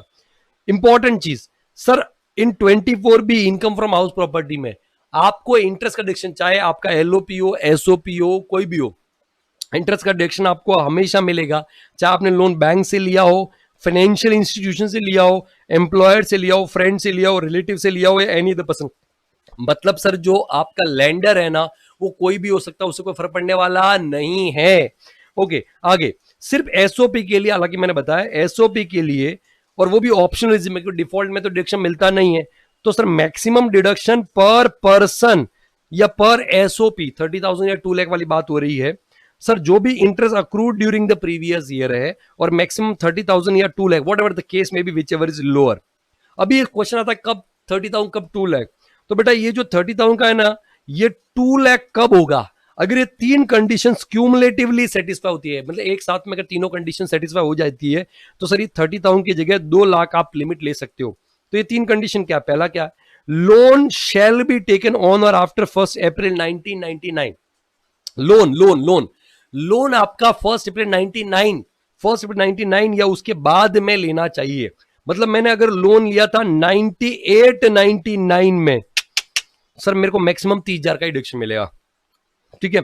बट मैंने लोन लिया 2003-04 में, 2010-11 में, 2017-18 में, 2022-23 में मैंने लोन लिया है बेटा, तो मेरे को 2 लाख का डिडक्शन मिल सकता है। मैंने ये नहीं बोला मिल ही जाएगा, मिल सकता है। तो दूसरी कंडीशन चेक करेंगे, loan shall be taken for acquisition और कंस्ट्रक्शन, और कोई पर्पस नहीं होना चाहिए, ओनली एक्विजिशन होना चाहिए या कंस्ट्रक्शन होना चाहिए, ओनली एक्विजिशन और कंस्ट्रक्शन का पर्पस ही होना चाहिए, ठीक है। सर रिपेयर्स रिन्यूअल रिनोवेशन के लिए लिया है, तो देखो मैंने लोन लिया है 98-99 में और मेरा पर्पस एक्विजिशन कंस्ट्रक्शन है, मैक्सिमम 30,000 का डिडक्शन मिलेगा। बट लोन मैंने 2010-11 में लिया है और मेरा पर्पस क्या था, repairs renovation renewal, repairs renovation renewal, तो भी मेरे को मैक्सिमम 30,000 का डिडक्शन ही मिलेगा। बट मैंने 2010-11 में लोन लिया है और मेरा पर्पस क्या था, एक्विजिशन, तो सर मेरे को 2 लाख का डिडक्शन मिल सकता है। कितने का मिल सकता है, 2 लाख का डिडक्शन मिल सकता है।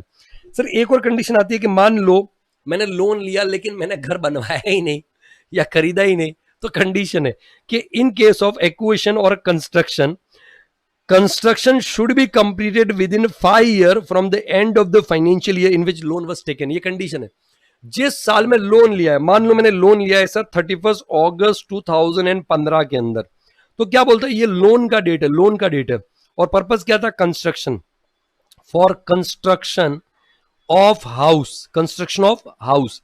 अभी ये फाइनेंशियल ईयर एंड कब होता है, 31 मार्च 2016 के अंदर, यहां से 5 साल, मतलब 31 मार्च 2021 आएगा, 17, 18, 19, 20 एंड 21, यस सर 2021 तक कंस्ट्रक्शन कंप्लीट हो जाना चाहिए, है ना। 5 year from end of the financial year in which loan is taken।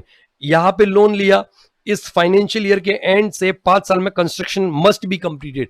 अगर इस 5 साल में कंस्ट्रक्शन कंप्लीट हो गया, मतलब इस डेट तक कंस्ट्रक्शन, 5 साल में नहीं बोलूंगा, इस डेट तक कंस्ट्रक्शन कंप्लीट हो गया, 31 मार्च 21 तक कंस्ट्रक्शन कंप्लीट हो गया, तब तो बेटा वहां पे आपको 2 लाख का डिडक्शन मिलेगा। लेकिन मान लो कंस्ट्रक्शन कंप्लीट हो रहा है इस डेट के बाद में, 31 मई 21 को कंप्लीट हो रहा है, नहीं सर मैक्सिमम 30,000 का ही डिडक्शन मिलेगा।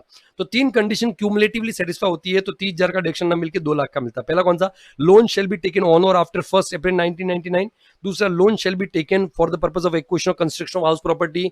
तीसरा, इन केस ऑफ एक्विजिशन और construction should be completed within 5 year from end of the financial year in which loan was taken. ठीक है, इसको समराइज भी कर रखा है, interest allowed under section 24 B only for SOP, और वो भी ऑप्शनलिज्म के डिफॉल्ट में तो मिलता ही नहीं है। तो सर सबसे पहले डेट ऑफ लोन वहां पे आपका आएगा, लोन अगर 1 अप्रैल, ये लोन डेट ऑफ लोन, दूसरा पर्पस और डिडक्शन 24 बी में कितना मिलेगा। तो लोन अगर बिफोर 1 अप्रैल 1999 को लिया है, 1999 के मतलब उसके पहले, तो पर्पज चाहे आपका एक्विजिशन हो, कंस्ट्रक्शन हो, रिपेयर्स हो, रिन्यूअल हो, रिनोवेशन हो, सर आपको maximum deduction interest accrued during the previous 24-25 और maximum 30,000 which ever is lower वही मिलेगा। अगर आपका पर्पस सॉरी लोन आपने ऑन और आफ्टर 1 अप्रैल 1999 लिया है और सर आपका पर्पस रिपेयर्स रिनोवेशन रिन्यूअल था, रिपेयर्स रिनोवेशन रिन्यूअल था, ठीक है, एक्विजिशन कंस्ट्रक्शन नहीं था, तो भी आपका interest accrued during the previous 24-25 और मैक्सिमम 30,000 का डिडक्शन मिलेगा। और सर अगर आपका लोन का डेट ऑन और आफ्टर 1 अप्रैल 1999 है और पर्पस आपका या तो एक्विजिशन या कंस्ट्रक्शन है और कंस्ट्रक्शन आपने 5 साल में क्या कर दिया, कंप्लीट कर दिया बेटा, तो उस केस में interest accrued during the previous year 24-25 और मैक्सिमम 2 लाख रुपए विच इज लोअर। बट ये 5 साल कहां से काउंट करना है, and of the financial year in which loan is taken. ठीक है, तो उसके बाद में एक बहुत अच्छा क्वेश्चन है, ये मिस्टर मानस वाला आपके मॉड्यूल के अंदर क्वेश्चन है, आप इमीडिएटली इस क्वेश्चन को खुद से सॉल्व करोगे सर, मजा आ जाएगा। उसके बाद में सर वहां पे आपका नेक्स्ट आता है, ठीक है, कि सर बेसिकली वो कॉन्सेप्ट में लिखा हुआ तो नहीं है बट समझने वाली बात है सर। वो क्वेश्चन बेसिकली मॉड्यूल में दे रखा है, मिस्टर गणेश वाला क्वेश्चन है कि सर अगर 2 से ज्यादा एसओपीज आपके पास में है, 2 और मोर, नॉट 2 और मोर बोलूंगा, more than 2 SOPs, more than 2 SOPs, या फिर आपके पास में क्या बोलते हैं, नॉट लेट आउट प्रॉपर्टीज है, not let out properties, unoccupied properties, unoccupied properties, तो आप मैक्सिमम 2 प्रॉपर्टीज को ही एसओपी मान सकते हो, मैक्सिमम 2 प्रॉपर्टीज को ही एसओपी मान सकते हो, बाकी सबको क्या मानना पड़ेगा वहां पे, डीम्ड लेट आउट प्रॉपर्टी। क्या मानना पड़ेगा बेटा, deemed let out property, DLO मानना पड़ेगा। तो उसका तरीका क्या है, तरीका बहुत सिंपल है। जब कभी भी ऐसी सिचुएशन आती है कि आपके पास में 2 से ज्यादा सेल्फ ऑक्यूपाइड प्रॉपर्टी है या अनऑक्यूपाइड प्रॉपर्टी है, तो आप क्या करो, एक बार जितनी भी प्रॉपर्टीज है उन सबको डीएलओपी मान लो, डीम लेट आउट मानो, अज्यूम करते हुए उनका डीएलओपी की तरह इनकम फ्रॉम हाउस प्रॉपर्टी अलग अलग निकालो, अलग अलग, टोटल नहीं करने का, अलग अलग निकालो। Step number 1, assume all 3 houses are deemed let out properties, और डीएलओपी के प्रोविजन जो होते हैं, डीएलओपी के प्रोविजन जो एलओपी के प्रोविजन होते हैं, हाँ ये फर्क पड़ेगा कि जो एक्सपेक्टेड रेंट होता है वही जीएवी हो जाएगा, बाकी इंटरेस्ट में कोई लिमिट नहीं, हाँ बता देता हूं मैं आपको, है ना, जो भी रिजीम है, इसमें तो रिजीम का कोई लेना देना नहीं है एलओपी डीएलओपी में, तो वो आपने इनकम फ्रॉम हाउस प्रॉपर्टी अलग अलग निकाल लिया।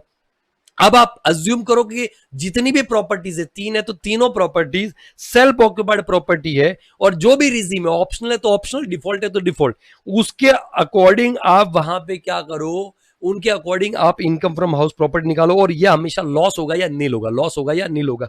मैक्सिमम डिडक्शन आपका कितना मिलता है एसओपी के सामने, 30,000, बट 3 कंडीशन सेटिस्फाई करेगा, 2 लाख, वो भी ऑप्शनल रिजीम में, डिफॉल्ट में तो बेटा नील होता है। अब क्या करो सर, अब आप ऑप्शन क्रिएट करो। ऑप्शन 1 जैसे क्रिएट किया है कि हाउस 1 हाउस 2 को तो एसओपी मान लिया, हाउस 3 को डीएलओपी मान लिया, ओके, और आप जो भी इनकम निकाला है ना वो डेटा डाल करके आप टोटल कर low income from house property. फिर ऑप्शन 2 के अंदर आपने क्या किया, हाउस 1 हाउस 3 को एसओपी मानो, और हाउस 2 को क्या मान लो, डीएलओपी, जो भी आपने डेटा निकाला है वो पुट करके आप इनकम फ्रॉम हाउस प्रॉपर्टी निकाल लो।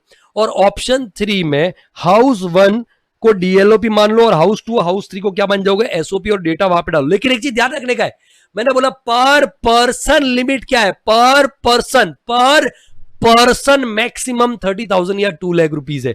तो सर यहाँ पे देखो, ये SOP house 2 and house 3, interest 30, sorry जो बेसिकली था आपका income from house property negative 30,000, negative 1,75,000 interest की वजह से, तो ऐसे तो 2,05,000 होता है बेटा, तो उसको आपको रेस्ट्रिक्ट करना पड़ेगा 2 लाख पे। ये बहुत ही माइन्यूट चीज, और ये क्वेश्चन से ही आएगा, इस क्वेश्चन को आप तो सॉल्व करोगे इस तरह से इनकम फ्रॉम हाउस प्रॉपर्टी है। अब जिधर lowest income from house property आता है वो आपके लिए बेस्ट ऑप्शन है।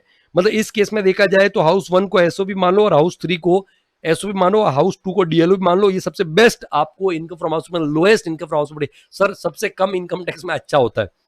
बट अगर क्वेश्चन चुप है, साइलेंट है, और बोला है कि भाई आपको तो टैक्स प्लानिंग करना है और बताना है कि भाई सबसे कम टैक्स कहां आएगा, है ना, मोस्ट बेनिफिशियल मैनर में, तो आपको सर दोनों रिजीम में करना पड़ेगा। ये तो आपने ऑप्शनल में कर लिया, अब डिफॉल्ट रिजीम में भी करोगे तो डिफॉल्ट में सर आपका डीएलओपी का तो अलग से कुछ करने का जरूरत नहीं, वो तो सेम ही रहने वाला है, और जो एसओपी वाला रहेगा बेटा ये सब नील हो जाएगा डिफॉल्ट में, क्योंकि डिडक्शन का, इंटरेस्ट का डिडक्शन तो मिलने वाला नहीं है, तो सर वो बहुत ही इजीली हो जाएगा। ये देखो डीएलओपी वुड बी सेम, और सर जो एसओपी है ना, एसओपी बेटा वहां पे आपका नील ही आने वाला है। और अगेन फिर से आप ऑप्शन बना लो, फिर से ऑप्शन बना के वही सेम ऑप्शन बना के आप जो डिफॉल्ट रिजीम वाला है वो डेटा डाल करके आप चेक कर लो, तो आप देखोगे ना कंपैरेटिवली तो ऑप्शनल रिजीम में ही सर बेस्ट ऑप्शन आपको मिलेगा।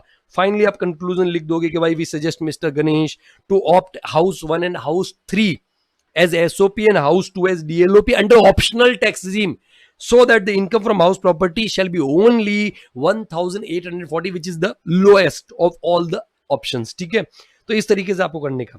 अब नेक्स्ट बेटा इसमें कॉन्सेप्ट आता है वहां पे इनकम फ्रॉम हाउस प्रॉपर्टी, उस केस में अगर वो late out property but vacated था, पार्ट ऑफ देयर, वैकेंसी था, पूरे साल किराए पे नहीं दिया, पूरे साल किराए पे नहीं दिया था, वेकेटेड था, वैकेंसी था, तो सर तरीका वही है जो लेट आउट प्रॉपर्टी का निकालते हैं, वही तरीका है, बट जीएवी निकालते टाइम आपको ध्यान रखना। क्या करोगे सर, म्युनिसिपल वैल्यू हमेशा पर एनम लेना। अभी कुछ लोग क्या करते हैं, वैकेंसी है 2 महीने का तो म्युनिसिपल वैल्यू 10 महीने का ले लेता है। ना ना ना ना, ये तो हमेशा पर एनम ही लेने का है, हमेशा।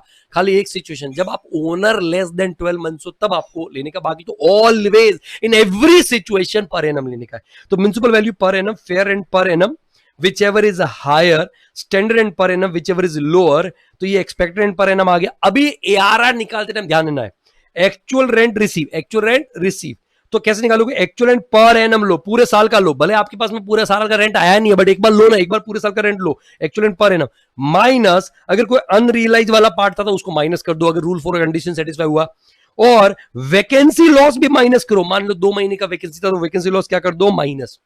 अब वो बेटा किया वहां पे, और आपका जो आया वो एआरआर था। फिर से बेटा म्युनिसिपल वैल्यू पर एनम लेना है, फेयर एंड पर लेना है, whichever is higher, standard and per annum, whichever is lower, expected and आ गया पर एनम। अब एआरआर किस निकालोगे, actual and per annum minus unrealise rent if any, और उसमें से वैकेंसी लॉस वहां पे क्या करोगे आप, माइनस करोगे। जो भी वैकेंसी था वो वैकेंसी लॉस ट्रीट करके, और विचएवर इज हायर कर लो तो वो आ जाएगा जीएवी। अगर बेटा ये एआरआर हायर है, एआरआर हायर है, कोई दिक्कत नहीं, यही जीएवी हो जाएगा, यही जीएवी हो जाएगा। लेकिन अगर एक्सपेक्टेड रेंट हायर आ रहा है, क्या हायर आ रहा है, एक्सपेक्टेड रेंट, तो आप चेक करो कहीं वैकेंसी की वजह से कम तो नहीं आ रहा। क्योंकि एक तो बेटा वैकेंसी मतलब एक तो रेंट आया नहीं है वैकेंसी की वजह से, उसमें भी सर अगर ये वाला हायर आ रहा है तो सर गलत हो जाएगा हमारे साथ में कि सर एआरआर क्यों कम आ रहा है, क्योंकि वैकेंसी था, और आप बोल रहे हो कि चीटिंग कर रहे हो शायद इसलिए सर एक्सपेक्टेड, तो सर गलत हो जाएगा। तो आप चेक करो जब कभी भी सर कंडीशन यहां पहुंचो वैकेंसी वाले केस में, तो चेक करो दो चीज है, एक तो वैकेंसी वाला केस है नंबर 1, एक तो क्या बेटा वैकेंसी वाला केस है, दूसरा expected rent is more than ARR. फिर से बोलता हूं, अगर ये एआरआर ज्यादा है तो कुछ दिमाग लगाने का नहीं, वही आपका जीएवी हो जाएगा। लेकिन अगर expected rent is more than ARR तो चेक करो क्या vacancy is culprit in this case, क्या वैकेंसी की वजह से एआरआर कम आ रहा है। तो सर क्या करेंगे हम, कुछ नहीं करना है, कैलकुलेशन करोगे छोटा सा, एआरआर प्लस वैकेंसी लॉस कर दो। ये बड़ा छोटा का कुछ सिंबल नहीं बनाने का है ना, पहले आप क्या करो, एआरआर प्लस वैकेंसी लॉस कर दो। क्या अगर वैकेंसी नहीं होता तो मेरे को इतना रेंट मिलता, वैकेंसी नहीं होता तो मेरे को इतना रेंट मिलता, और अगर वो एक्सपेक्टेड रेंट से ज्यादा है या इक्वल है, एक्सपेक्टेड रेंट से ज्यादा है या इक्वल है, तो इसका मतलब सिर्फ वैकेंसी की वजह से ये वाला रेंट कम आ रहा है। फिर से बोलूंगा बेटा, अगर क्वेश्चन में वैकेंसी है और expected rate is more than ARR, तो आप क्या करोगे, कैलकुलेशन करोगे एआरआर प्लस वैकेंसी लॉस, कुछ बड़ा छोटा का सिंबल मत बनाओ। और अगर ये दोनों मिला के, मतलब वैकेंसी नहीं होता तो मेरे को इतना रेंट मिलता, वैकेंसी नहीं होता तो मेरे को इतना रेंट मिलता, तो उस केस में अगर ये ज्यादा या इक्वल है एक्सपेक्टेड रेंट, तो in that case sir vacancy का ही रोल है एआरआर कम होने की वजह से। तो इसलिए आप जीएवी यहां पे क्या ले लोगे, एआरआर, मतलब भले एक्सपेक्टेड रेंट ज्यादा हो, लेने का नहीं, ये एक तरह से रिलैक्सेशन दे रहा है। लेकिन अगर मान लो वैकेंसी नहीं होता तो आपको इतना रेंट मिलता, राइट, बट उसके बावजूद भी एक्सपेक्टेड रेंट ज्यादा आता, मतलब सिर्फ वैकेंसी का रोल नहीं है यहाँ पे, कुछ और भी रीजन हो सकते हैं, हो सकता है आपने कैश में रेंट ले रखा हो, आपने वो रेंट नहीं दिखाया हो, तो in that case sir ignore the ARR और एक्सपेक्टेड रेंट ही आपका जीएवी हो जाएगा। फिर से वैकेंसी है क्वेश्चन में और आपका sir expected rent is more than what, ARR, तो उस केस में एआरआर प्लस वैकेंसी लॉस अगर इक्वल्स टू और मोर देन एक्सपेक्टेड रेंट, तो जीएवी क्या हो जाएगा, एआरआर, और एआरआर प्लस वैकेंसी लॉस करने के बाद में भी एक्सपेक्टेड रेंट ज्यादा है तो जीएवी क्या हो जाएगा, एक्सपेक्टेड रेंट। एग्जांपल दे रखा बेटा, एक्सपेक्टेड रेंट 190 है, एक्चुअल रेंट पर मंथ है 20,000, 3 महीने का वैकेंसी है, तो एआरआर कितना हो गया, मतलब 9 महीने का रेंट मिला होगा, ठीक है, 1,80,000 इज एआरआर, और वैकेंसी लॉस कितना हो गया बेटा, 60,000 इज द वैकेंसी लॉस। तो टेक्निकली आप देखोगे तो एआरआर इससे कम है, बट अगर वैकेंसी नहीं होता तो कितना मिलता, तो एक तो 180 तो मिलता ही मिलता, प्लस साथ में वैकेंसी लॉस 60,000 वो भी मिलता, तो सर ये तो 2,40,000 होता है, जो 190 से बहुत ज्यादा है, मतलब से वैकेंसी की वजह से आपका एक्चुअल रेंट कम आ रहा है। तो सर यहाँ पे जीएवी क्या हो जाएगा, जीएवी हो जाएगा एआरआर, दैट इज 1,80,000, ये देखो 1,80,000। लेकिन सर अगर आपका एक्सपेक्टेड 2,10,000 है, एक्चुअल रेंट पर मंथ 20,000 है, वैकेंसी 1 महीने का, अनरियलाइज रेंट 2 महीने का है, तो एआरआर कितना हो गया, 180। अगेन सर 180 कैसे, sir actual rent per annum देखोगे तो 2,40,000 हो जाएगा, 20,000 इंटू 12, राइट, उसमें से माइनस करो वैकेंसी 1 महीने का तो 20,000, उसमें से माइनस करो अनरियलाइज रेंट 2 महीने का तो 40,000, तो सर ये आपका 240 में से गया तो 1,80,000 ARR आ गया। अगर वैकेंसी और एक्सपेक्टेड 2,10,000, तो वैकेंसी है प्लस एक्सपेक्टेड ज्यादा है, तो अगर वैकेंसी नहीं होता तो 180 मिलता, प्लस वैकेंसी लॉस कितना मिलता है, एक महीने का 20,000। तो सर ये तो होता 2 लाख, उससे भी आपका 2,10,000 एक्सपेक्टेड ज्यादा है। इसका मतलब सिर्फ वैकेंसी नहीं, कोई और भी रीजन है। इसका मतलब सर आप क्या करो सर, जीएवी वहां पे आपका क्या हो जाएगा, जीएवी हो जाएगा expected rent 2,10,000। Did you understood और नॉट? ओके, नाउ बेटा नेक्स्ट वहां पे आता है sir computation of income from property in case of को ओन प्रॉपर्टीज बाय 2 और मोर पर्सन। ऐसा हो सकता है एक प्रॉपर्टी के 2 या उससे ज्यादा ओनर हो, तो सर बेटा वहां पे कुछ नहीं करना। अगर वो लेट आउट प्रॉपर्टी है तो अज्यूम करो कि 2 ओनर है ही नहीं है, एक ही ओनर, ऐसा मान करके आप income from house property normally compute कर लो, नॉर्मली कंप्यूट करो। और सर वो जो computed income from house property आएगा, उनका जो परसेंटेज दे रखा है उस परसेंटेज में आप डिवाइड कर दो। कंप्यूटेड सारा इंटरेस्ट वेंटरेस्ट का डिडक्शन देने के बाद में, अगर वो लेट आउट प्रॉपर्टी है, डीम लेट आउट, डीएलओपी किसमें भी ऐसा ही करोगे। लेकिन अगर वो सेल्फ ऑक्यूपाइड प्रॉपर्टी है तो एसओपी में तो खाली बेटा वहां पे इंटरेस्ट का डिडक्शन मिलता है, और वो भी कौन सी रिजीम में, ऑप्शनल रिजीम में, डिफॉल्ट में तो नील होता है। तो बेटा उस केस में आपको जो इंटरेस्ट का डिडक्शन देना है 24B interest loan under optional tax regime, वो पर पर्सन देना है मैक्सिमम 30,000 या 2 lakh, shall be allowed to each को owner per person not per house. तो मान लो मेरा एक हाउस है, मेरा और मेरा भाई का ओनरशिप है हाउस, और वो सेल्फ ऑक्यूपाइड है हम दोनों का, राइट। अब जो टोटल इंटरेस्ट है, टोटल इंटरेस्ट वो मान लो इन 24-25 वो 4,50,000 है, और घर खरीदने के लिए लिया था लोन 2022-23 में लिया था, राइट। अभी यहां पे मिस्टर ARP और उसका भाई मिस्टर JRP, उन दोनों का इक्वल वहां पे उसके अंदर शेयर है, तो ये तो SOP है। तो सर मेरे को इंटरेस्ट का डिडक्शन मिल जाएगा अंडर सेक्शन 24B, कितना हाफ कर देते, कितना 2,25,000, और मेरे भाई का भी 2,25,000 पर पर्सन है सर। 24B में मेरे भाई को भी मिलेगा, लेकिन मैक्सिमम कितना, मेरे को भी 2 लाख, मेरे भाई को भी maximum 2 lakh, which ever is lower 2 lakh मेरे को मिल जाएगा और मेरे भाई को भी 2 लाख मिल जाएगा। तो टेक्निकली एक हाउस के सामने 4 लाख का डिडक्शन मिल गया। तो ये लिमिट है, ये पर पर्सन है, पर एसओपी नहीं है। ओके, उसके बाद में सर नेक्स्ट आता है computation of income house property in case of a property which A part is let out and partly is self occupied, कि भाई प्रॉपर्टी के 2 हिस्से हैं, ग्राउंड फ्लोर फर्स्ट फ्लोर, या फिर आपका जो भी बेसिकली अगर देखा जाए तो आगे और पीछे प्रॉपर्टी है। तो इन दैट केस सर आपका जो प्रॉपर्टी है, पार्ट ऑफ द प्रॉपर्टी क्या है, let out, part of the property क्या है, लेट आउट, और पार्टली प्रॉपर्टी क्या है, सेल्फ ऑक्यूपाइड। तो आप सर क्या करो, इसको 2 पार्ट मत मान लो, इसको मानो कि यू हैव 2 हाउस प्रॉपर्टीज, और जो पोर्शन लेट आउट है उसको लेट आउट की तरह ट्रीट करो, और जो पोर्शन सेल्फ ऑक्यूपाइड है उसको सेल्फ ऑक्यूपाइड की तरह ट्रीट करो, और जो एलओपी के प्रोविजन अप्लाई होते हैं वो एलओपी लेट आउट पोर्शन पे अप्लाई कर दो, और जो एसओपी के प्रोविजन अप्लाई होते हैं वो सेल्फ ऑक्यूपाइड पोर्शन पे अप्लाई कर दो, इनकम फ्रॉम हाउस प्रॉपर्टी निकाल लो। नॉर्मली वैकेंसी सब जो देखना है वो। ओनली थिंग इज, क्योंकि सर म्युनिसिपल वैल्यू पूरे घर का होगा, फेयर रेंट पूरे घर का होगा, स्टैंड रेंट पूरे घर का होगा, म्युनिसिपल टैक्स भी पूरे घर का होगा, इंटरेस्ट ऑन लोन भी पूरे घर का होगा, तो आपको सर उनको बाइफरकेट करना पड़ेगा, कितना पोर्शन लेट आउट है, कितना पोर्शन सेल्फ ऑक्यूपाइड है, 1/3, 2/3, 2/3, 1/3, व्हाटएवर इट इज। सर आप वहां पे इस तरीके से करोगे। एक मॉड्यूल में क्वेश्चन है अरुण एंड बीमल का, बहुत अच्छा क्वेश्चन है बेटा, उसके अंदर मल्टीपल कॉन्सेप्ट आते हैं, प्लीज उसको ट्राई करोगे, मैंने ये करवा भी रखा है, ठीक है। आगे हम डिस्कस भी करेंगे जब क्वेश्चन करेंगे। उसके बाद नेक्स्ट आता है बेटा computation of income from house property in case of property part of the year is let out and remaining part of the year self occupied. मतलब यहाँ पे प्रॉपर्टी एक ही है, but the point is basically 9 महीने let out था और 3 month self occupied था, ऐसा हो सकता है, या इसका उल्टा भी हो सकता है कि 9 महीना एसओपी था और सर 3 मंथ क्या था, लेट आउट प्रॉपर्टी था।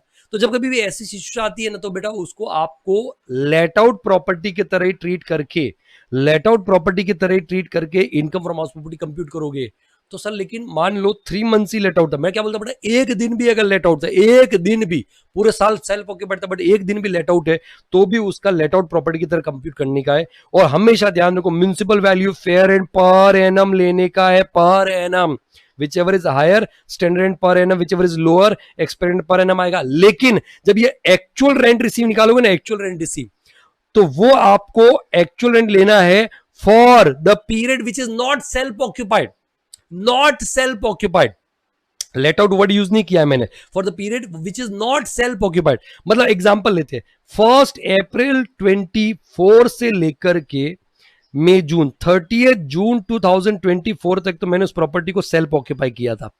फिर उसके बाद में सर आपका जुलाई मंथ में वो खाली रह गया, जुलाई 24 में अनऑक्यूपाइड रह गया, तो वैकेंसी हो गया। क्या हो गया सर? वैकेंसी हो गया।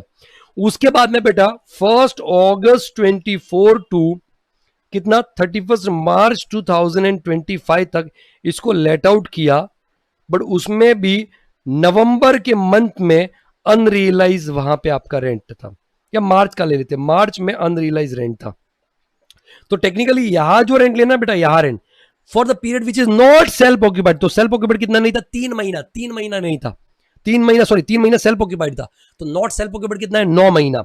9 महीने का रेंट लेना, कितने महीने का? 9 महीने का। लेकिन आप बोलोगे 9 महीने में सर अनऑक्यूपाइड, इसीलिए तो वैकेंसी लॉस माइनस करेंगे ना, अनरियलाइज था वो माइनस करेंगे। तो इसीलिए देखो, ये आपने 9 महीने का रेंट ले लिया और उसमें से अनरियलाइज रेंट माइनस कर दिया 1 महीने का, और वैकेंसी लॉस भी माइनस कर दिया। समझा क्या? ताकि सर कैलकुलेशन बराबर हो।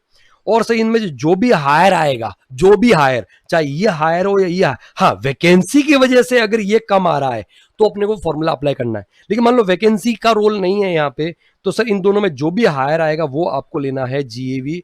एक बहुत अच्छा एग्जाम्पल मैंने करवाया है, वो देख लेते हैं। सर ये मॉड्यूल में नहीं है, ये आईसीएआई को ये मैंने दिया था कुछ साल पहले, आईसीआई ने अपने मॉड्यूल में डाला था, लेकिन टेस्ट या नॉलेज में डाला था, तो इसका फाइनल आंसर है ना आईसीएआई वहां पे नीचे लिखता था, और सॉल्यूशन पूरा नहीं दे रखा था।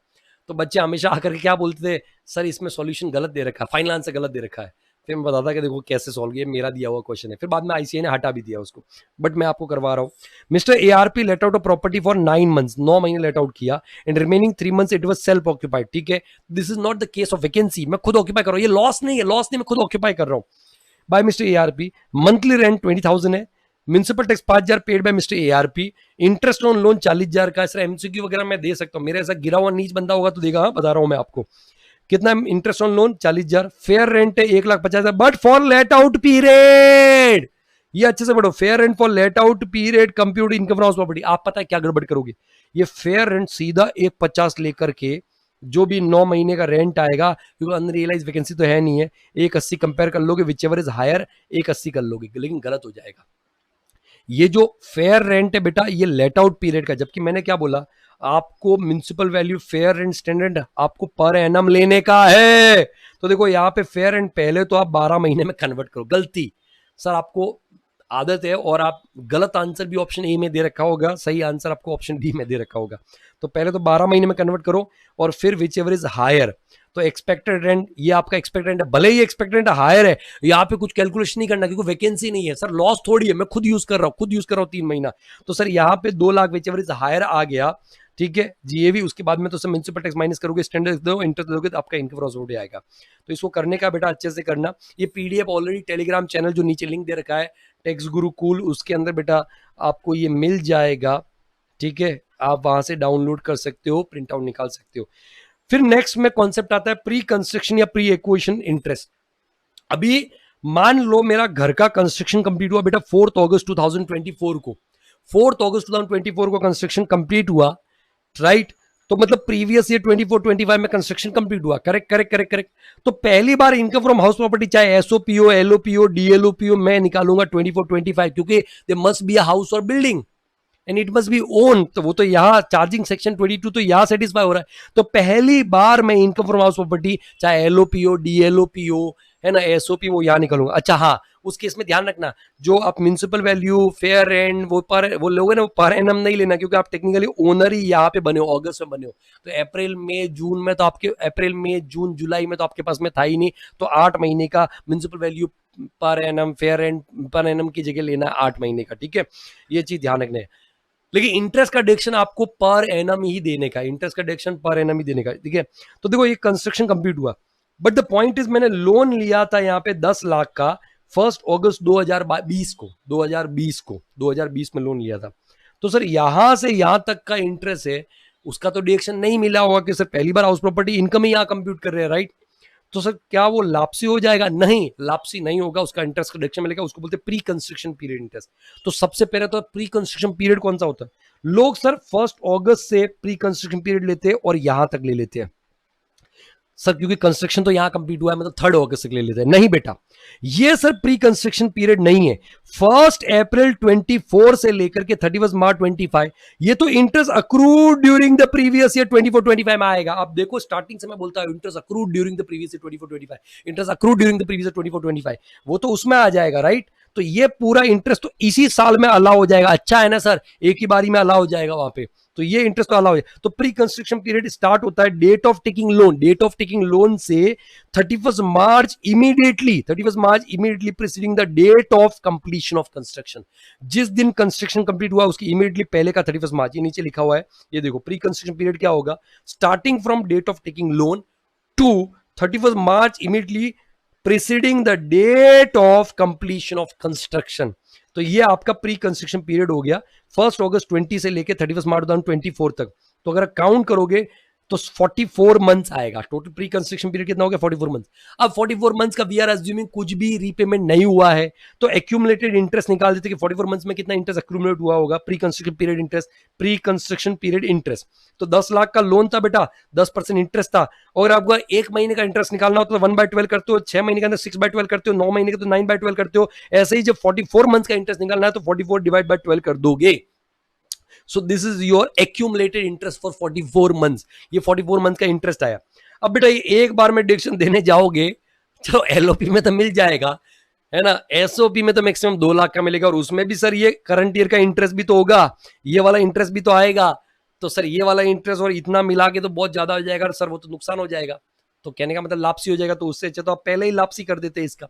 तो बोलता है नहीं, ये एक बार में नहीं मिलेगा, आपको 5 इक्वल इंस्टॉलमेंट में मिलेगा, 5 इक्वल इंस्टॉलमेंट।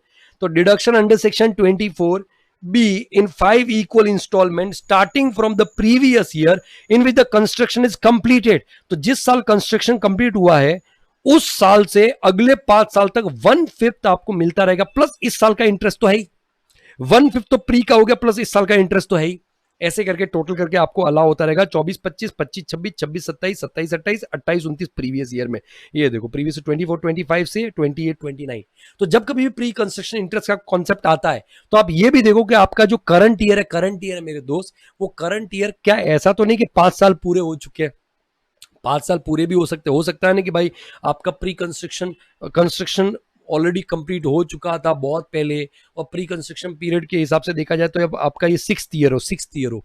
ये तो मैंने एग्जांपल लिया तो ये पहला ही साल है, बट ये 6th ईयर भी हो सकता है, तो वो आपको थोड़ा सा ध्यान देना पड़ेगा, क्वेश्चन में पहले इंफॉर्मेशन देखनी पड़ेगी। अब ये जो इसका 1/5 है बेटा, वो मिलेगा along with the interest accrued during the previous year. In years में उस साल का इंटरेस्ट भी तो अक्रूड होगा, जो भी प्रिंसिपल से जितना रीपे कर रहे हो माइनस करने के बाद में, तो interest accrued during the previous year आप निकाल लोगे, तो कुछ भी रीपे नहीं किया तो 10 लाख का 10% 1 लाख हो गया, और 1/5 of pre construction period interest ये आ गया 73,333।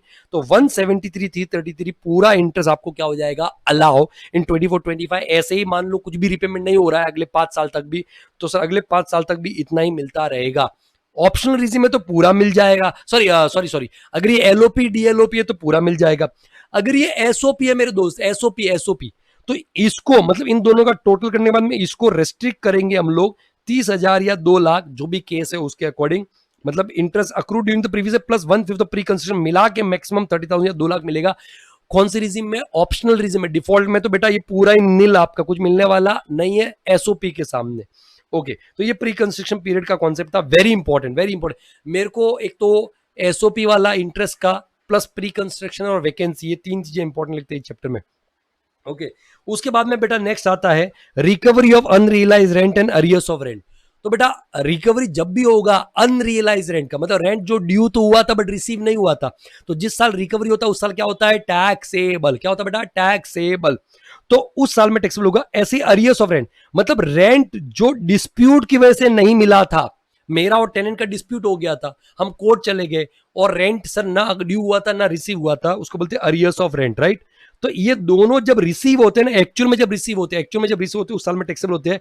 कोई फर्क नहीं पड़ता है कि जब रिसीव हो रहा था आप उस प्रॉपर्टी के ओनर हो या नहीं हो। मान लो मैंने प्रॉपर्टी बेच दिया, जब वो रिसीव हो रहा है उस साल में प्रॉपर्टी बेच चुका हूं, 24-25 में मेरे को है ना 2020-21 का कुछ अरियर्स ऑफ रेंट या अनरियलाइज रेंट है ना, वो वहां पे रिसीव हो रहा है, लेकिन वो प्रॉपर्टी ऑलरेडी मैं बेच चुका था 23-24 में।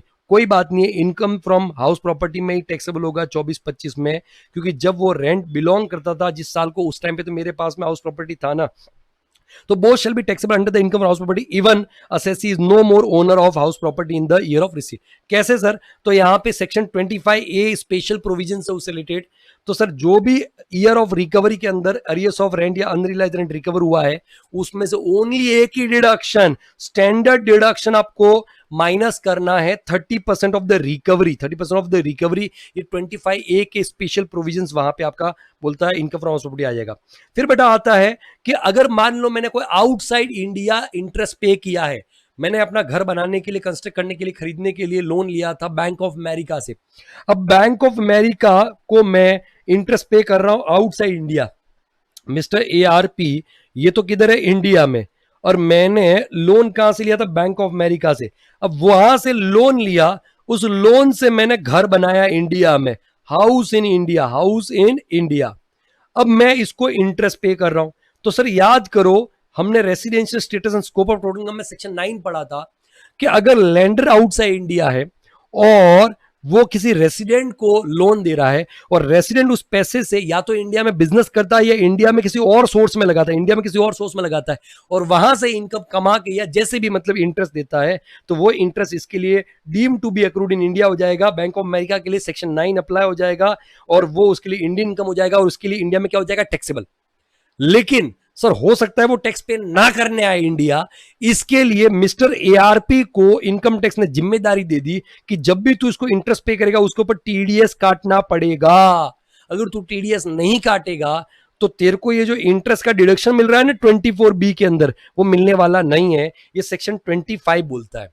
तो no deduction of interest under section 24B if interest payable outside India, interest payable outside India but tax not deducted, और tax deducted but not deposit, या तो डिडक्ट नहीं किया या गवर्नमेंट को डिपॉजिट नहीं किया। उसके बाद में बेटा एक कॉन्सेप्ट आता है कि हाउस प्रॉपर्टी अगर आपने स्टॉक इन ट्रेड में हेल्ड कर रखा है, तो मान लो मैं एक बिल्डर हूं, मैंने एक टावर बनाया ARP टावर, मेरी भी इच्छा है कि मैं बॉम्बे में बिल्डिंग बनाऊं, ठीक है। तो sir the point is basically, sir ये मेरे फ्लैट मैंने बनाया 1 2 3 4 5 6 7 8 9 10, इसमें से मैंने ये वाले फ्लैट तो बेच दिए, ठीक है, और ये वाले फ्लैट मेरे स्टॉक इन ट्रेड है 6 7 8 9 10। अब मेरा इस बिल्डिंग का CC कंप्लीशन सर्टिफिकेट, एक होता CC, दूसरा होता OC। CC कंप्लीशन सर्टिफिकेट बेटा 2 अप्रैल 2024 को आ गया था। 2 अप्रैल 24 को मैंने जानबूझ के डेट लिया, ये कोई भी डेट हो सकता है, ठीक है। 1 अप्रैल भी हो सकता है, 31 मार्च भी हो सकता है, 31 अगस्त भी हो सकता है, 31 दिसंबर भी हो सकता है, 15 दिसंबर भी हो सकता है, 15 अक्टूबर भी हो सकता है।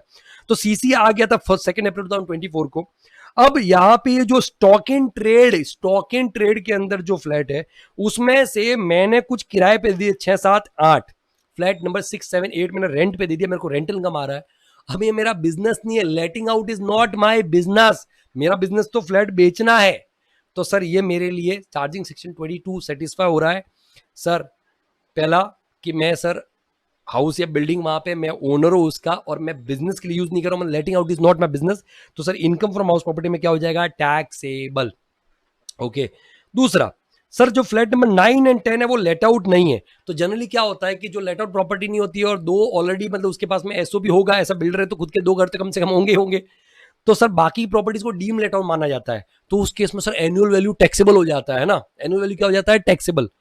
द पॉइंट इज बेसिकली यहां पे ये बोलता है रिलैक्स किया जा रहा है बिल्डर को, क्योंकि किसी भी बिल्डर के कोई वहां पे घर तुरंत बिकते नहीं है। तो बोला कि भाई ये जो 9 एंड 10 जो लेट आउट नहीं है, उनका एनुअल वैल्यू आपको नील लेने का है। कितने ईयर्स के लिए? For 2 financial year from end of the financial year in which CC is receive. तो CC अपना कब आया? 2 अप्रैल 24 को। तो जिस साल में CC आया है, मैंने जानबूझ के डेट लिया, वो 1 अप्रैल भी हो सकता था, वो 31 मार्च भी, कोई भी डेट हो सकता था, उस साल को तो कंसिडर करना ही नहीं है। उस फाइनेंशियल ईयर एंड से 2 साल, उस फाइनेंशियल ईयर एंड से 2 साल तक आपका एनुअल वैल्यू वहां पे क्या लोगे? नील लोगे। मतलब इनकम फ्रॉम हाउस प्रॉपर्टी वहां पे आने वाला नहीं है DLOP की तरह। बट अगले साल से 27-28 प्रीवियस ईयर से आपको नॉर्मली DLOP मान के income from house property compute करना पड़ेगा, अगर वो बेचा भी नहीं है और लेट आउट भी नहीं किया है तो। बट 2 साल कहां से? From end of the financial year, जिस साल में CC आया। तो मैंने जानबूझ के ये 2 अप्रैल लिया ताकि आपको समझ में आए कि इस केस में इसको 3 साल का बेनिफिट मिल रहा है। देखो 3 साल तक इसको वहां पे कोई इनकम फ्रॉम हाउस प्रॉपर्टी का आएगा नहीं। अभी एनुअल वैल्यू लोगे तो सर आप बोलोगे सर इंटरेस्ट का तो डिडक्शन मिलेगा, अरे ये बिल्डर है तो बिल्डर का तो बिजनेस है बेसिकली, तो इंटरेस्ट वगैरह जो लोन वगैरह है वो उसको पीजी में डिडक्शन मिल जाएगा, सारे डिडक्शन पीजी पे मिल जाएगा। खाली एनुअल वैल्यू आप नील ले लोगे तो इनकम फ्रॉम हाउस प्रॉपर्टी नील आ जाएगा। तो ये सर आपका basically income from house property था। कुछ क्वेश्चन है, बहुत अच्छे अच्छे क्वेश्चन है, वो हम लोग डिस्कस, कुछ क्वेश्चन मैं आपको डिस्कस भी करवाऊंगा, अच्छे क्वेश्चन, वेरी इंपॉर्टेंट क्वेश्चन करेंगे हम लोग, ठीक है, जो क्वेश्चन मैराथन में करवाने वाला हूँ। एक दिन का मैं सीधा क्वेश्चन मैराथन ही ले लूंगा, तो कहानी खत्म कर देंगे अलग अलग चैप्टर का। ओके बेटा, और दो छोटे छोटे, एक कॉन्सेप्ट तो ये था कि अगर आपका कोई हाउस प्रॉपर्टी आउटसाइड इंडिया है, किधर बेटा, आउटसाइड इंडिया है हाउस प्रॉपर्टी, जैसे लंदन में हाउस प्रॉपर्टी है, तो लंदन में जो हाउस प्रॉपर्टी है एलओपी डीएलओपी एसओपी की तरह ही ट्रीट करेंगे उसको भी, प्रोवाइडेड मैं कौन हूं, आरओआर। तो आरओआर के लिए मेरे लिए नॉर्मली कंप्यूट करना है जैसे होता है इंडिया में। अगर मैं बेटा आर एन ओ आर हूं या फिर एनआर हूं, बट सर रेंट मेरे को इंडिया में रिसीव हो रहा है, rent received in India, rent received in India, तो उसके केस में मेरे को income from house property India में कंप्यूट करना पड़ेगा। आरओआर के केस में तो income from house property compute करना ही करना है। इनफैक्ट उस केस में तो एलओपी डीएलओपी एसओपी का भी बेनिफिट आपको मिल ही जाएगा। आउटसाइड इंडिया जो भी म्युनिसिपल टैक्स पे किया उसका भी डिडक्शन मिल जाएगा, इंटरेस्ट पे किया उसका भी डिडक्शन मिल जाएगा, कोई दिक्कत नहीं है। एक और छोटी चीज की, अगर डिस्प्यूटेड ओनरशिप है कि सर एक प्रॉपर्टी है और दो भाइयों के बीच में झगड़ा चल रहा है, कोर्ट में मैटर है, डिस्प्यूटेड ओनरशिप है, तो sir income from house property किसके हाथ में कंप्यूट किया जाएगा, तो जिसको रेंटल इनकम आ रहा है ना उसके हाथ में कंप्यूट करोगे। लेकिन मान लो रेंटल इनकम नहीं आ रहा है तो जिसके पास में पोजीशन है ना उसके हाथ में आप कंप्यूट कर लोगे। So that's all from my side in case of income from house property मेरे दोस्तों, ठीक है। बहुत अच्छे से डिटेल रिवीजन करवाया है अलोंग विथ एग्जांपल, बीच बीच में थोड़ा बहुत क्वेश्चन का भी मैंने पुट दिया है, ठीक है। अब आप इसको अच्छे से रिवाइज करो, क्वेश्चन आप अपने तरीके से रिवाइज करोगे, ठीक है। और बाकी के चैप्टर्स भी आपको तुरंत मिलने वाले हैं, बैक टू बैक मिलने वाले, क्वेश्चन मैराथन करवाने वाला हूं, मे बी 1 फुल डे हम लोग सिर्फ क्वेश्चन करेंगे, एमसीक्यूज भी करवाऊंगा, टोटल इनकम भी क्वेश्चन भी करेंगे। तो बेटा एक रिक्वेस्ट है कि please please please maximum, last मैंने वीडियो जो डाला था अच्छे इसके ऊपर कमेंट्स भी आए हैं, प्यारे प्यारे कमेंट्स किए हैं, thank you so much for this motivation. Please एक रिक्वेस्ट है, मैक्सिमम लोगों तक शेयर कीजिए, एक हेल्प होगी उनकी, दूसरे लोग जिनको शेयर करो, मेरी तुम करोगे मालूम है मेरे को, ठीक है। जोक्स अपार्ट, बहुत घटिया जोक्स मारते हो मालूम है मुझे, ठीक है, उसके लिए आपको बोलने की जरूरत नहीं है।